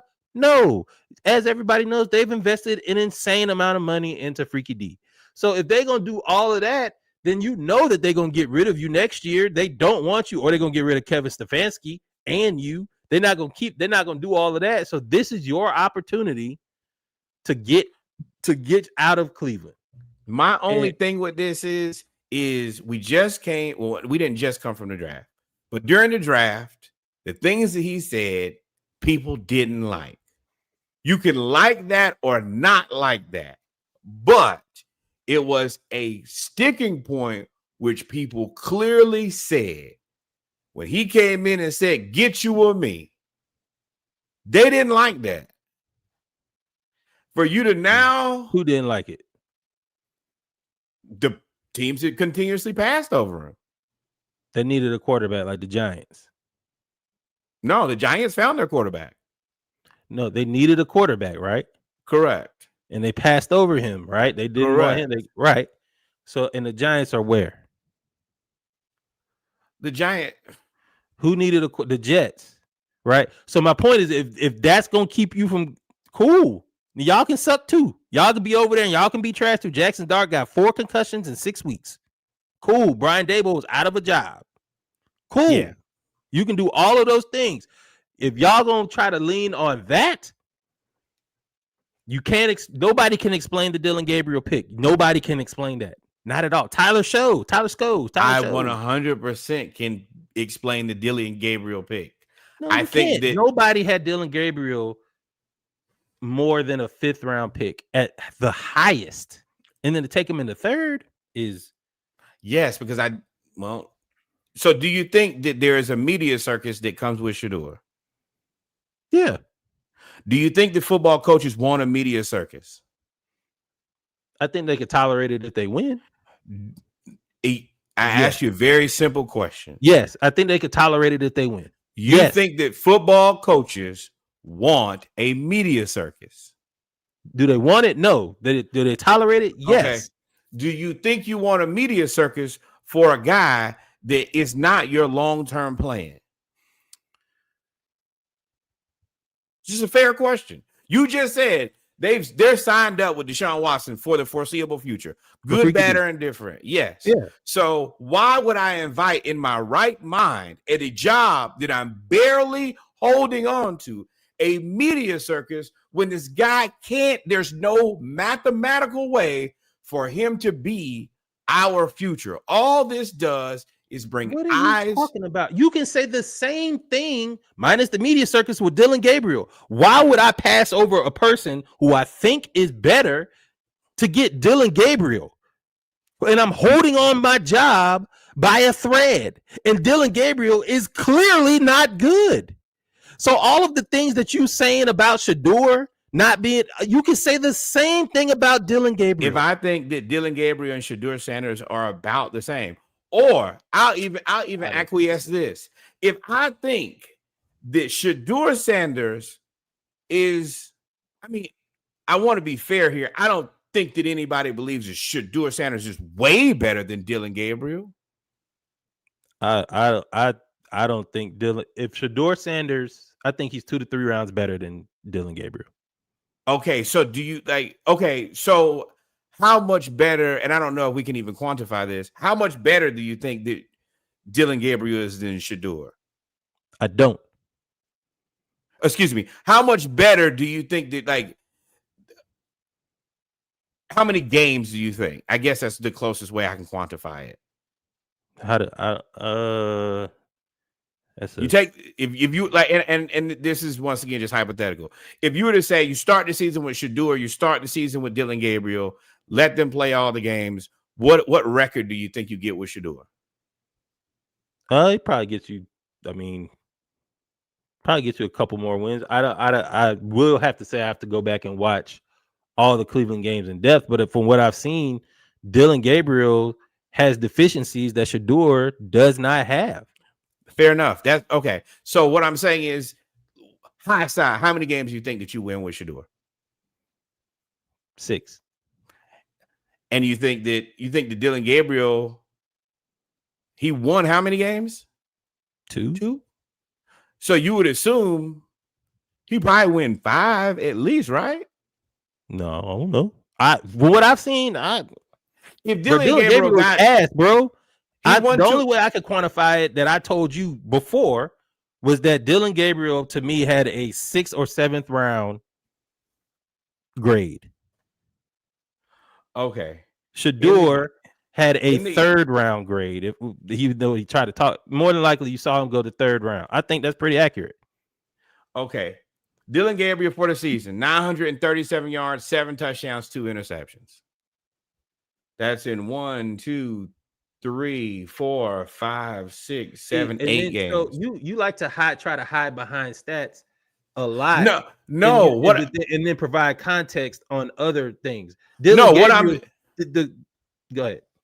What I'm saying is, if you look at the evaluation of both of these players, even if you're high on Shadur, they got to be pretty close. Why? Dylan Gabriel doesn't. What's his yards per throw? His yards per completion has to be like 2. Has to be like 7. Has to be like 5.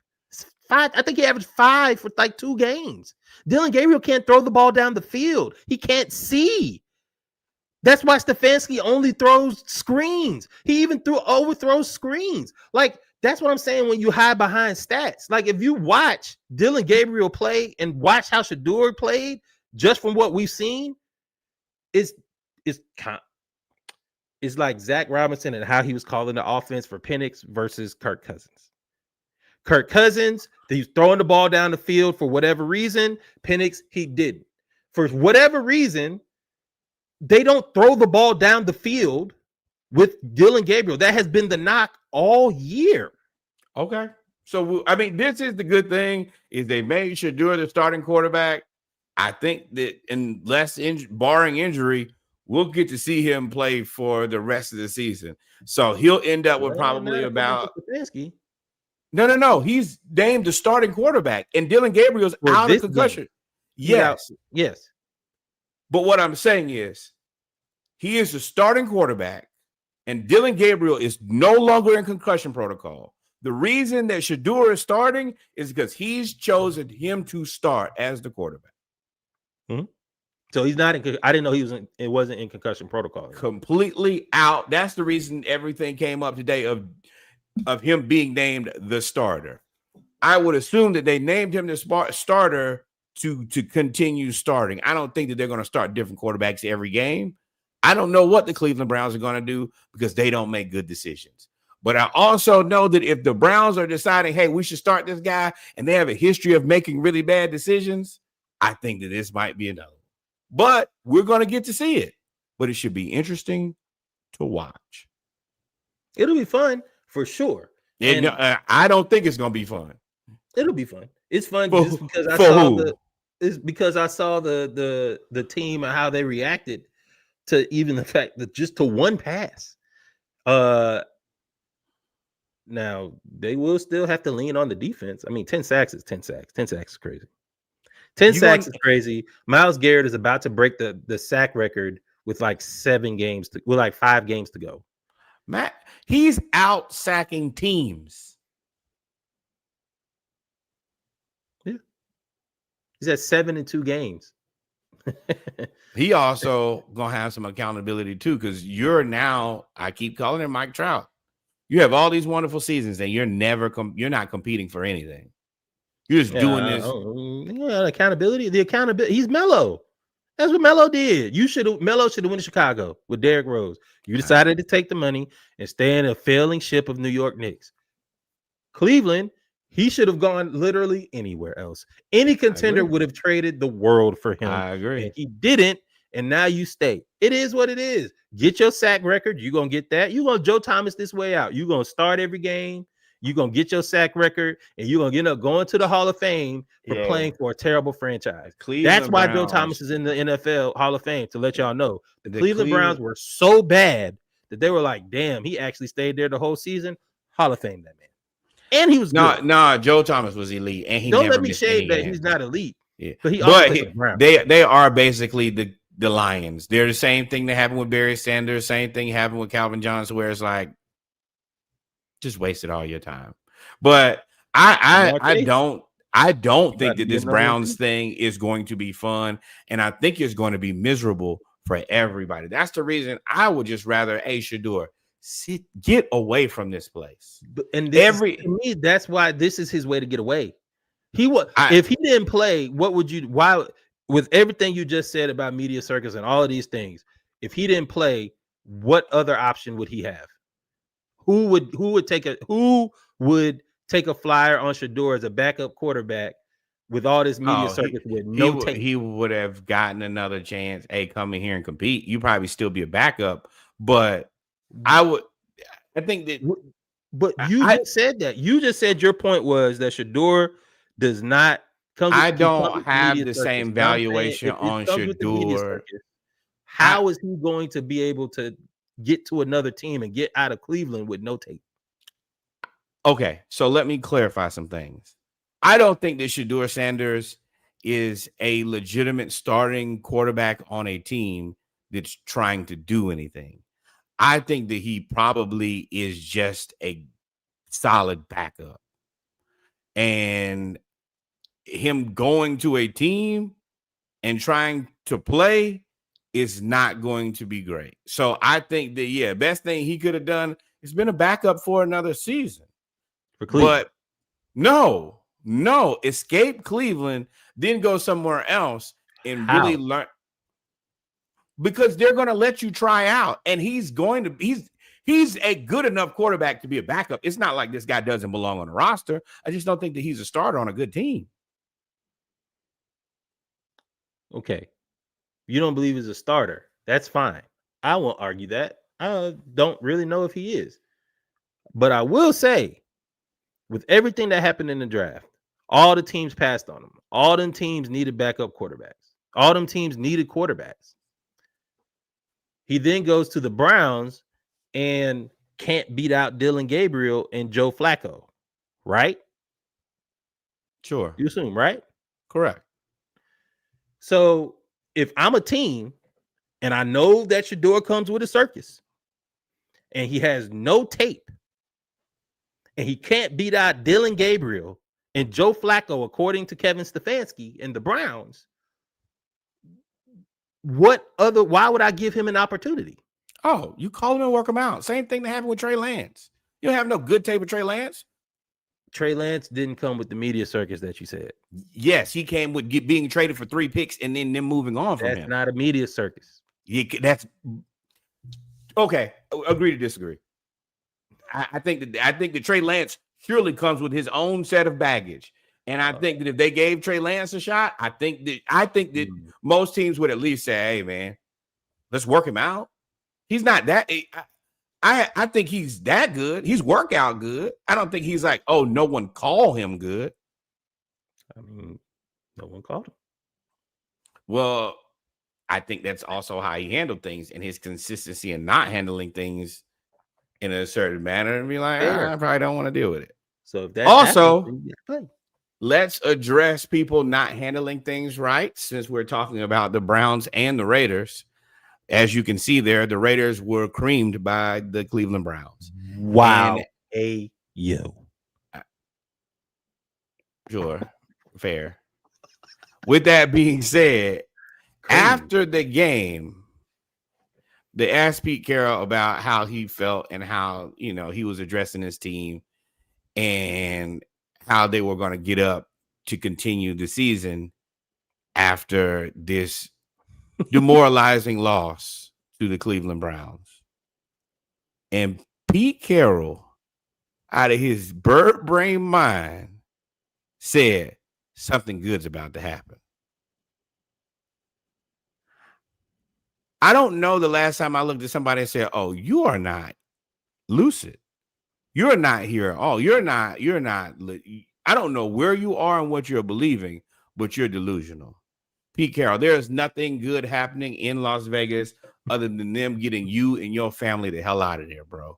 Your family is the reason that this team sucks. Yeah. And you hired Chip Kelly. I am not blaming Chip Kelly for this. I'm blaming Pete Carroll. I actually think that Chip Kelly got a raw deal. You got this terrible coach and your son as the offensive line coach and the running game coordinator, and we get tackled in the backfield 70% of the time. How am I supposed to call as offensive coordinator? What am I supposed to do with that when they're going to tackle him in the backfield every time? You're not coaching the offensive line. You're not coaching the running backs to be successful. And we believe that Ashton Jeanty is a good football player. You're just not you're not even getting close to getting it done. And these are your family members. If I'm Chip Kelly, I'm happy to get the hell out of the Raiders. Hey, bro, it's people that need offenses. They about to fire. They're going to fire. They're going to move on from Pete. I think Mark Davis has already been kind of, once you start seeing stuff leak, like sources say that the Raiders may move on from Pete Carroll, that the sources are from the Raiders. So that means they're already getting ahead of the story and telling you, hey, Pete Carroll can get the hell on. Yeah, like, you and your family, because y'all suck. We lost to the Browns. Now we got to explain how we lost to Shadur. Because you know that Vegas radio eating them up. You lost to who? And what? Dead on arrival. With Brock Bowers and Ashton Jeanty. Right. They need a lot. And they should have traded Max Crosby. They're another team that should have traded their star defensive end because he's not on their timeline. But it is what it is. The Raiders are a shit show. NFC North real quick. The Bears. Few things here. The Bears are leading the division. Funny story. No Aaron Rodgers in this game because he has a broken wrist. That's a joke. Awful timing for the Pittsburgh Steelers. And at this point, do people have to come and at this point, do you have to come and say that we were wrong about Caleb Williams? Were we wrong about Caleb Williams? And when I say we, I mean people, not me and you. Were people wrong about Caleb Williams? Were people wrong about the Bears front office? They caught a lot of flack for last year. And now that whole team looks like they are gelling at the right time with Caleb Williams, who seems to have figured it out. And that defense, even though they allowed 24 points, got sacks in a timely manner. They look pretty good in what we believe is a strong division. We believe the NFC North is for real. 8-3 with what we went into the season believed to be 4 legitimate teams. The Vikings, I think, are a legitimate team with a quarterback crisis. I think that the team is good. I think that their quarterback is holding them back. I think that the Lions at 7-4 are clearly a good team. No, I'm here. I think that the Packers at 7-3 are surely a good team. And everything that we once said about CJ Stroud may be at least reasonably true for Caleb Williams. Now, I also think that this is a more interesting situation because on one hand, you had the guy who was able to kind of start hot and cool off. Caleb Williams has shown a level of resilience and been able to continue to play through it. And in that time, he's found a way to be successful playing very, very difficult football teams. And I give him credit. It's a very good win against the Steelers, 31-28. They got the job done. I do think that people owe them an apology, but I will wait, and I'm interested to hear it. Next up, the Lions roll the Giants. And not roll the Giants. They played them to the end. Detroit wins 34-27. They seem like, even though they won this game, it seemed like they've lost something that they had, and I believe that it's probably just their coaching. The belief that they had, everything they had going on. At one point, it seems like they're still winning games because they're a good roster, but their coaching is what really pushed him to be one of those elite teams. And having to rebuild the staff is probably a problem right now for Dan Campbell. Hopefully they get it figured out. That is a dogfight, though. The Bears at 8-3, Packers at 7-3, Lions at 7-4. That's what football is about. And we can go right on here to the Packers. The Packers beat the Vikings 23-8.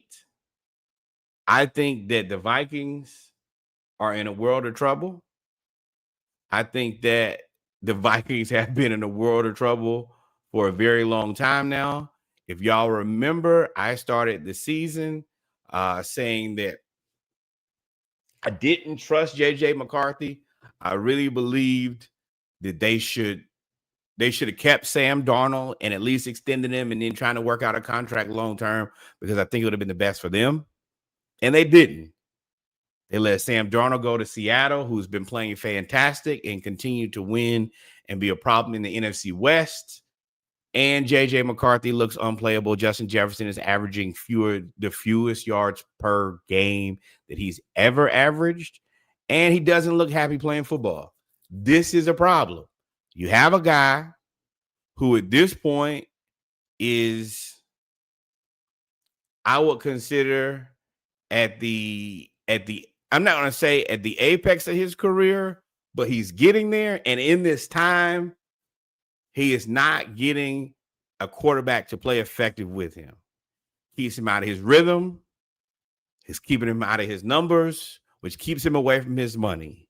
Keeping receivers away from their numbers and money is the quickest way to piss him off. He looks pissed off. He's trying to manage his emotions to the best of his abilities, because if he can, then that will do him a solid. If he can, he won't be considered a diva. He won't be considered a team cancer. He will get it figured out. And they did. But with that being said, I don't know what to do with Justin Jefferson and Minnesota and J.J. McCarthy.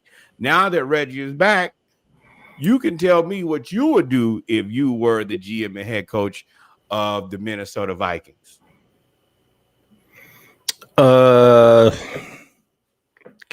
Can y'all hear me?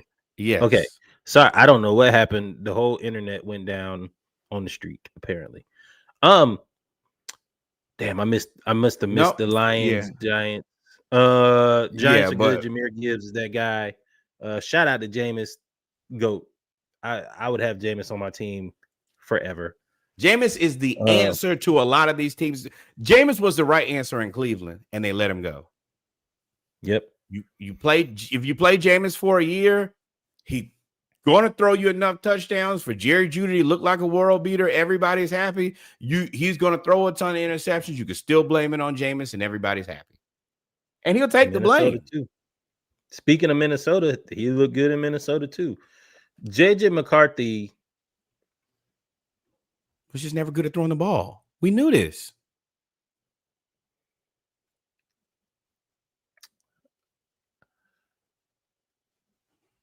Are you frozen again? Okay, no, okay. I'm just Am I frozen?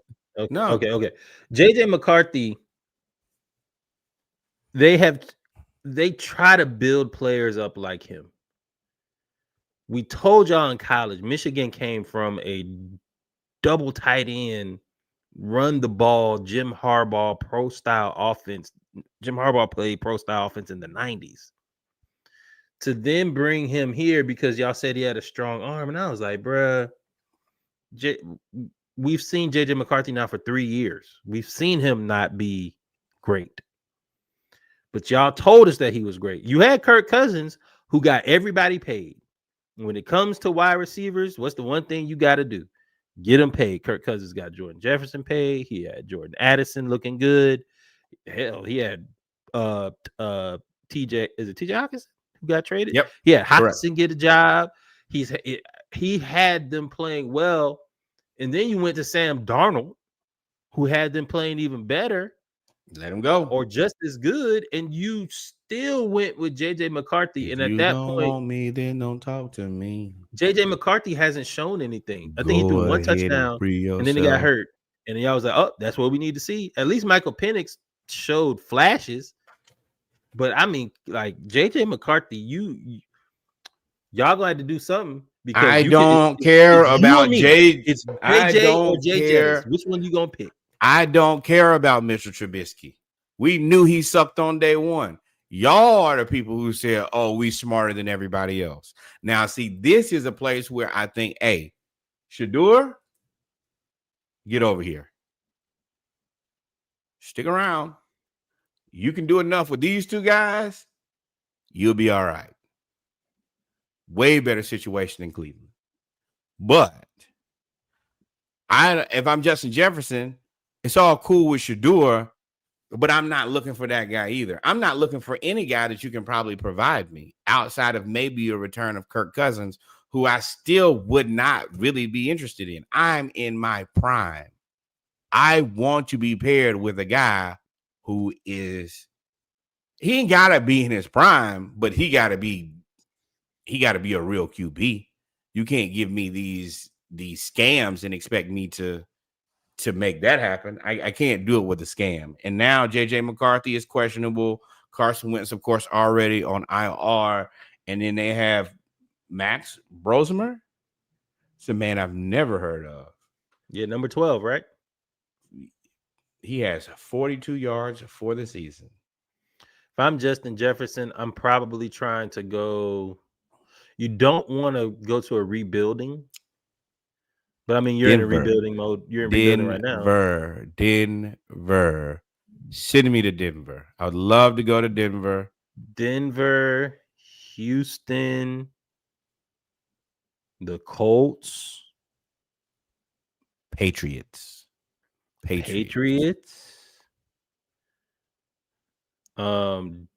Nope, can't go there. Even though they got all the picks. Who? I was gonna say Dallas, but you can't go to Dallas because they already got CD and what's his name? They ain't got no money. I think that the Colts would be a good move. You got to probably do something. You're probably gonna lose some of the defense because you're gonna have to pay him. You already paying Taylor. Yeah, you ain't paying nobody else on offense. Quentin Nelson. Tight end Tyler Warren. Yeah, rookie. Yeah, you're right. You ain't paying him yet. 4 more years, but that's the bad thing about football. 4+1. Yeah, I think that will be a good spot for him, but definitely I'm getting the hell out of there. They're not trading him to Green Bay. Now that is something. But I'm saying that would be a good place for him to go. Yeah, but also they probably they're finna be. Chicago, they got a thing with Romo Dunze right now. I think the DJ Moore, you get into the draft to kind of get some guys. I think that they're going to try to space their money out and kind of grow it organically because Justin Jefferson is looking to play for a team that's trying to win a Super Bowl every season going forward. I think the Bears are having a good season. I don't think they're ready to be like putting me in the Super Bowl conversation. Well, then there's always the place where you could go. Oh, dang. Justin Jefferson makes that in 1 year. I don't know how you would do that. There's always a place you could go, and that's the LA Rams. You know, they don't care about picks. They'll trade them all. And Devontae's on his way out. So yeah, but they also got Puka, and Puka should get the money because Puka would probably get 25 to 30. No, I think that this is where you get into it is his production puts him high. Do I think that he deserves it? Would I pay the money? Probably not because I'm a kingmaker. But his results come with money. Even if his results come with money, I mean, yeah. There's places for Justin Jefferson to go. Yeah, absolutely. Yeah, and anybody with any level of common sense understands. Hey, I make this work. This here is a killer. There's no way to acquire a guy this good. I mean, you could draft Aldred. There's not one mistake. You may not want to hear it. Carolina, what? Him and Tet would be insane. He ain't doing that. He's not doing that. I'm not going over there with Bryce Young. Yeah, you got 44 million, so there ain't too many places. You go Denver. We said Denver. AFC is really the answer because nobody in the NFC gonna want to play you. Tampa. Why would I? I mean, they got. I mean, I can trade you Goodwin and something else. Maybe Cade Otton. I can give. Yeah, I can Justin Jefferson, Cade Otton, and Goodwin. Both of them are hurt.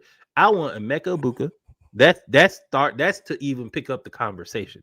That's to even pick up the phone. Yeah, but you're right. I could give you Emeka Egbuka, and then as good as he is, you could. I mean, yeah, I think that White.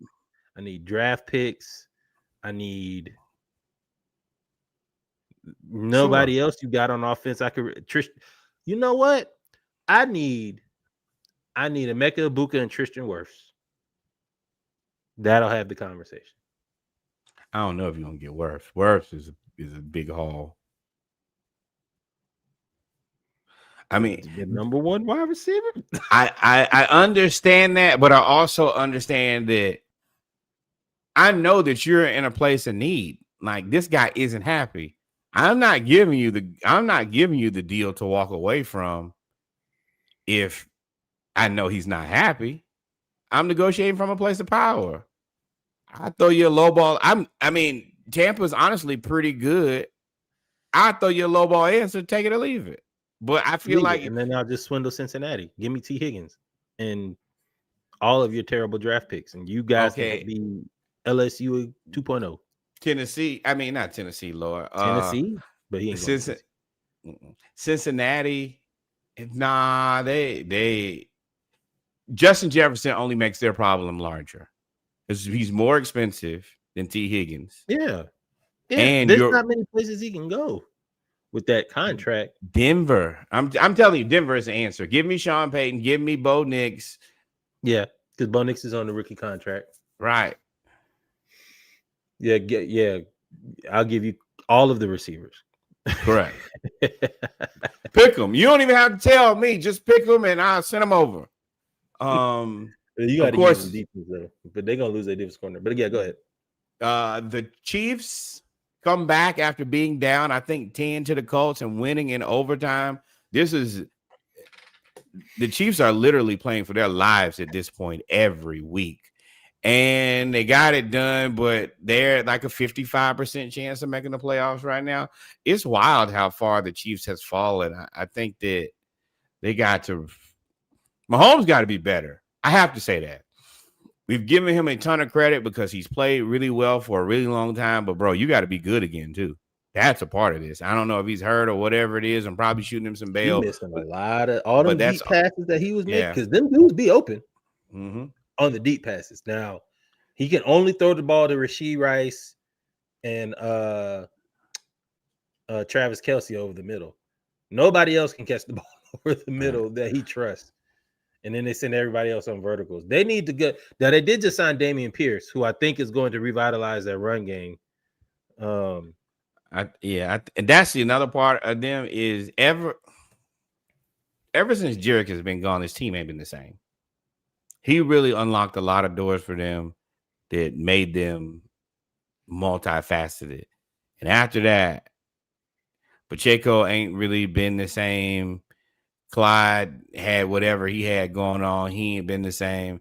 And that's really limited their ability to do things. I think they should be highly interested in trying to find a guy who can do what Jerick was doing and try to bring that ability back. It's amazing how something so simple and kind of like, because Jerick was a big part of their team, but not the biggest part. But the abilities and things that he unlocked really were special, and his ability to block. The answer is Algier. That's who you go after. You offer Algier $2 million more than anybody else offers, and I think they need a guy pass block. He can run in between the tackles, and he can catch the ball out the backfield. Maybe the sliders are different between him and Jerick. Jerick is better at catching the ball out the backfield, but Algier is better at running in between the tackles, right? I think their pass blocking is probably around the same. So I agree with that because Algier, they both physical. I just would like a guy who's a little bit more traditional of like a receiving back. I think that makes it. I think that helps their spacing out a lot more. But I don't know who that guy is right now, who's available. If the you pair Algier with Achin, if they blow up Miami, he would be good if you could get him. And he's if he's a speed. Dolphins guy, then he's a Chiefs guy. That's one thing I do. Their guys are the same guys. Speed. Yeah. Speed. And there's probably a couple more. I just can't think of them. You got to really look. But I'm interested to see what the Chiefs are gonna do. Hey, Coach, y'all better hold it in the road, bro. Y'all got a head start. Don't trick this off, man. I want to see y'all do Danny Dimes looking like Danny Dimes. Right. Do not turn into a pumpkin, bro. Like Jaguars over the Cardinals. Three INTs. That guy sucks, and he always has sucked since he left Clemson. You played against Jacoby Brissett, he threw 31 completions or something. Like, how do you have 31 completions for 400 some yards and 1 touchdown? And he had 40 completions last week. Same thing. I don't know what they be doing, but he looked. I don't give a. Oh Lord, he looks better than Kyler Murray. Yeah. I mean, yeah. And that's a big problem from a guy who was once. I mean. Yeah, these guys talking stupid online, bro. 317 yards, 1 touchdown, 452 yards, 2 touchdowns, 2 interceptions. I mean, this is the type of guy you look at. Yo, it's unbelievable that Jacoby Brissett has 1,887 yards, 11 touchdowns, and 3 interceptions. That's par for the course for him. When I get to play, I play just well. He's Geno Smith if Geno Smith was cool with being a backup. Jacoby Brissett could go start for most of these teams. He can start for the Saints right now. That is my thing. That's where I get frustrated between him and Jameis. Ain't no way the guys who y'all are rolling out there are better for your organization. This is a guy who's better than Dylan Gabriel and Shadur. He just is. But they roll out these guys, and then on top of that, you waste 2 draft picks that you can't play next year. Stupid. Pat's over the Bengals. The Bengals stink. It's over for them. Burn it down. Everybody hates everybody. They spent too much money. Ain't no defense. Shamar Stewart been weak. Everything weak. Man, look, and Joe B coming back for Thanksgiving. Why? Your boy Jamar Chase lied like we couldn't see him. Like he was like this was a newspaper article and it wasn't a video of him spitting. So he was suspended. Now he said, I'm sorry. Like, I do have a question though. Are the Pats really good? Look at the Patriots wins. Undetermined. It's just like Drake May. I don't know yet. But see, that's what this is the only thing that frustrates me is we've seen the Patriots play 1,800 games this season, still undecided. I saw Shadur play 1 game and I can't be undecided. I just want to see something. No, that's goalpost. Nobody said you couldn't be. No, I think that I want more data on everything. Everything looks funny in the light right now. That's I don't crazy trust how you try to nobody. That's crazy how you. It's not. I think that if you don't say, "Oh, I agree immediately," then it's like, "Oh, you're a hater." No. Okay. I don't trust. And I want to like Drake May, and I'm like, I still don't trust you, brother. I don't. Now, I will say, I don't think that I think that he could play all season. I really won't know. The receiving core in New England, can you name any of them guys? Oh yeah, Stephon Diggs, Pops Douglas, Hunter Renfrow. He went for 9,400 against the Falcons. Hold on. Pats. His name is Pops Douglas. Well, that's his nickname. His uncle died. All right, so he go by Pops. Yeah, Oh, they do have Butte. he's just Well, hurt. Mac Hollins is your wide receiver 3. Yeah, I like that crazy ass too, man. Fun guy, but I don't want him to be my wide receiver 3 either. He need to be my wide receiver 5. you can block. Oh yeah, that's not the first skill I'm looking for in my receiver. You right. Vrabel offense it is. Hey man, Mac Hollins can play tight end as far as I'm concerned. That crazy mofo. But Ravens beat the Jets. The Jets suck. The Ravens offense is shaky. Surprise, surprise. The data was right about running backs. We tried and tried to say and save the running back. Saquon Barkley has fallen off. I don't even know if it's a cliff. It might be the size of the earth.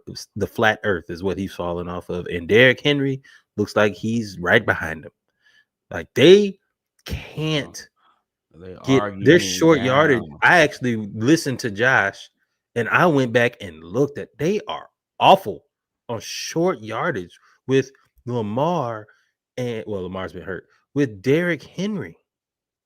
This listen, and the crazy thing is they're gonna win that they gonna win the division, but they look like a first round out to me. What did I tell you at the beginning of the season? The same shit happens every year. They win a bunch of games in the regular season. Then when they need the offense, they don't have no offense and they lose. What are they finna do, Reggie? They finna win a bunch of games in regular season, get to the first round of the playoffs. They're not gonna have any offense and they're gonna lose. And then we're gonna be like, man, is Lamar good? And I'm gonna say, I don't care because y'all don't care about getting a receiver. And the Ravens passing game is struggling. Surprise, surprise. You say he ain't gonna dunk that? No, we already knew. Like, I want to see the Ravens be successful. I want to see Lamar win a Super Bowl. I would love to see Lamar win a Super Bowl. That's the worst part about it is I want to root for the team. I want it. Like, my team ain't finna win no Super Bowl this year. Yeah, I would at least like to celebrate the black quarterback from Miami. Yeah. But y'all's refusal and his refusal for y'all to make y'all get a quarterback, to get a wide receiver, I can't care about you more than you care about yourself. And I said that last season, and I mean it this season. Good luck and Godspeed. And then finally, Seahawks beat the Titans. The Titans are terrible. The Seahawks continue to get it done. I bet you the Vikings wish that they could get Sam Darnold back because Jackson Smith and Jigba is looking like a world beater. And Justin Jefferson is like, y'all let that guy go? So he goes somewhat actually kind of alarming. Not alarming, but 30-24. Y'all are supposed to be clearly better than the Titans. Like way better. Well, the Titans are still a football team. And I do think that they're not going to be terrible forever. Why? Because I hope, I would hope that eventually you're gonna get better. You gonna tell me why do you think that? Why? I assume that if you play football all season and if you start at one place, by the end of the season, even if the season doesn't go your way, the team should get progressive. I think that all of the Calvin Ridley out for the season. Broken. Yeah. I think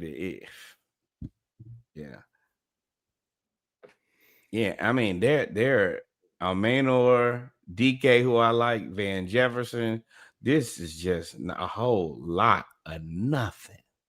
But yeah, I think that just chemistry and all of those things. I think that Cam Ward is still going to be a decent quarterback if they put a team around him. 2,000 yards. Oh, he played 7 touchdowns, 6 interceptions. He just getting sacked. He getting his face sacked off. Pause. Hey, yo. But I think that's a good place to close because that was wild of me to say. But overall, football season is coming now to the serious part of it. Either your team is good or your team is looking for next season. My team, I think, is looking for next season. Reggie wants to give us some hope so that we believe, but I do not, in fact, believe. I just want to analyze all the situations so that I can not be surprised or be let down. Whatever. Awesome. I don't. Yeah. Falcons suck. Fire everybody. Not falling for the trick. Everybody clean the house. I hate to say, even probably Terry Fontenot, bro, because y'all not addressing the blind side for the entire season. You're not addressing the wide receiver 2, knowing that he had a broken collarbone. It is coaching malpractice. It is poor leadership. It is literally like, I'm just going to close my eyes and think that things are going to be different. I'm not stupid. With that being said, we have come to the conclusion of your favorite show. Please remember, number 1, to like, follow, and subscribe. Before I get us out of here, yes, on the closeout, I would like to give my comrade here the opportunity. Do you have any closing remarks? Southern, Hampton, Falcons, Hawks, anybody.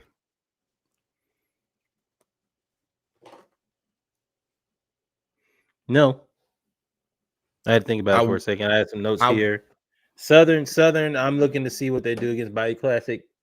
I'm looking to see who's going to be the coach. Saturday morning live. I don't know how we're going to do that. We may have to tape it earlier and then just release it because, of course, it's Thanksgiving. And all the games actually start on Thursday and then end on Sunday. Correct. But other than that, no, man, we ain't missing anything. Take us out. I want to be first, super clear. I don't really fuck with y'all that tough right now, Falcons. But I would like to thank my Atlanta Falcons and Atlanta Hawks for doing the needful, going to New Orleans and shutting their city down for the weekend. Good job. If we can't get real victories, I sometimes will settle for the moralist of victories. And I consider that coming to New Orleans and the football team and the basketball team doing the job is very important for my own mental health because it's been rough lately. I can't lie to y'all. I'm not going to mislead you. It ain't been fun. Outside of that, number one, more black baseball. And shout out to the Braves for trying to fix that infield and the pitchers. Number 2, insert your business tagline. Joke here, support black creators. Thank you guys for rocking with us. Number 3, the Historically Black College University. Your auntie went to, your favorite first grade teacher, the person you used to laugh and kiki in the back of church with. Send some money to Historical Black College University. Also, shout out to Mackenzie Scott. You saving blacks. Without you, this would not be possible. The Historically Black College University you go to for homecoming step shows, to be around your people, for the vibes, all of those things. Please send some money over there. You're going over there to suck up the set out, be around your people. Least you can do is reinvest. And then finally, the greatest learning institution in all the world, the Hampton University, one we go to they gave us degrees, excuse me. I also go there for homecoming step shows and everything else. With that being said, please donate $18.68. And from the bottom of our hearts, please support black creators, support HBCUs, live right, drink your water, and stay in the sun. Adios, mi amigos. God is love. Until we meet again, y'all be safe. And we are out of here.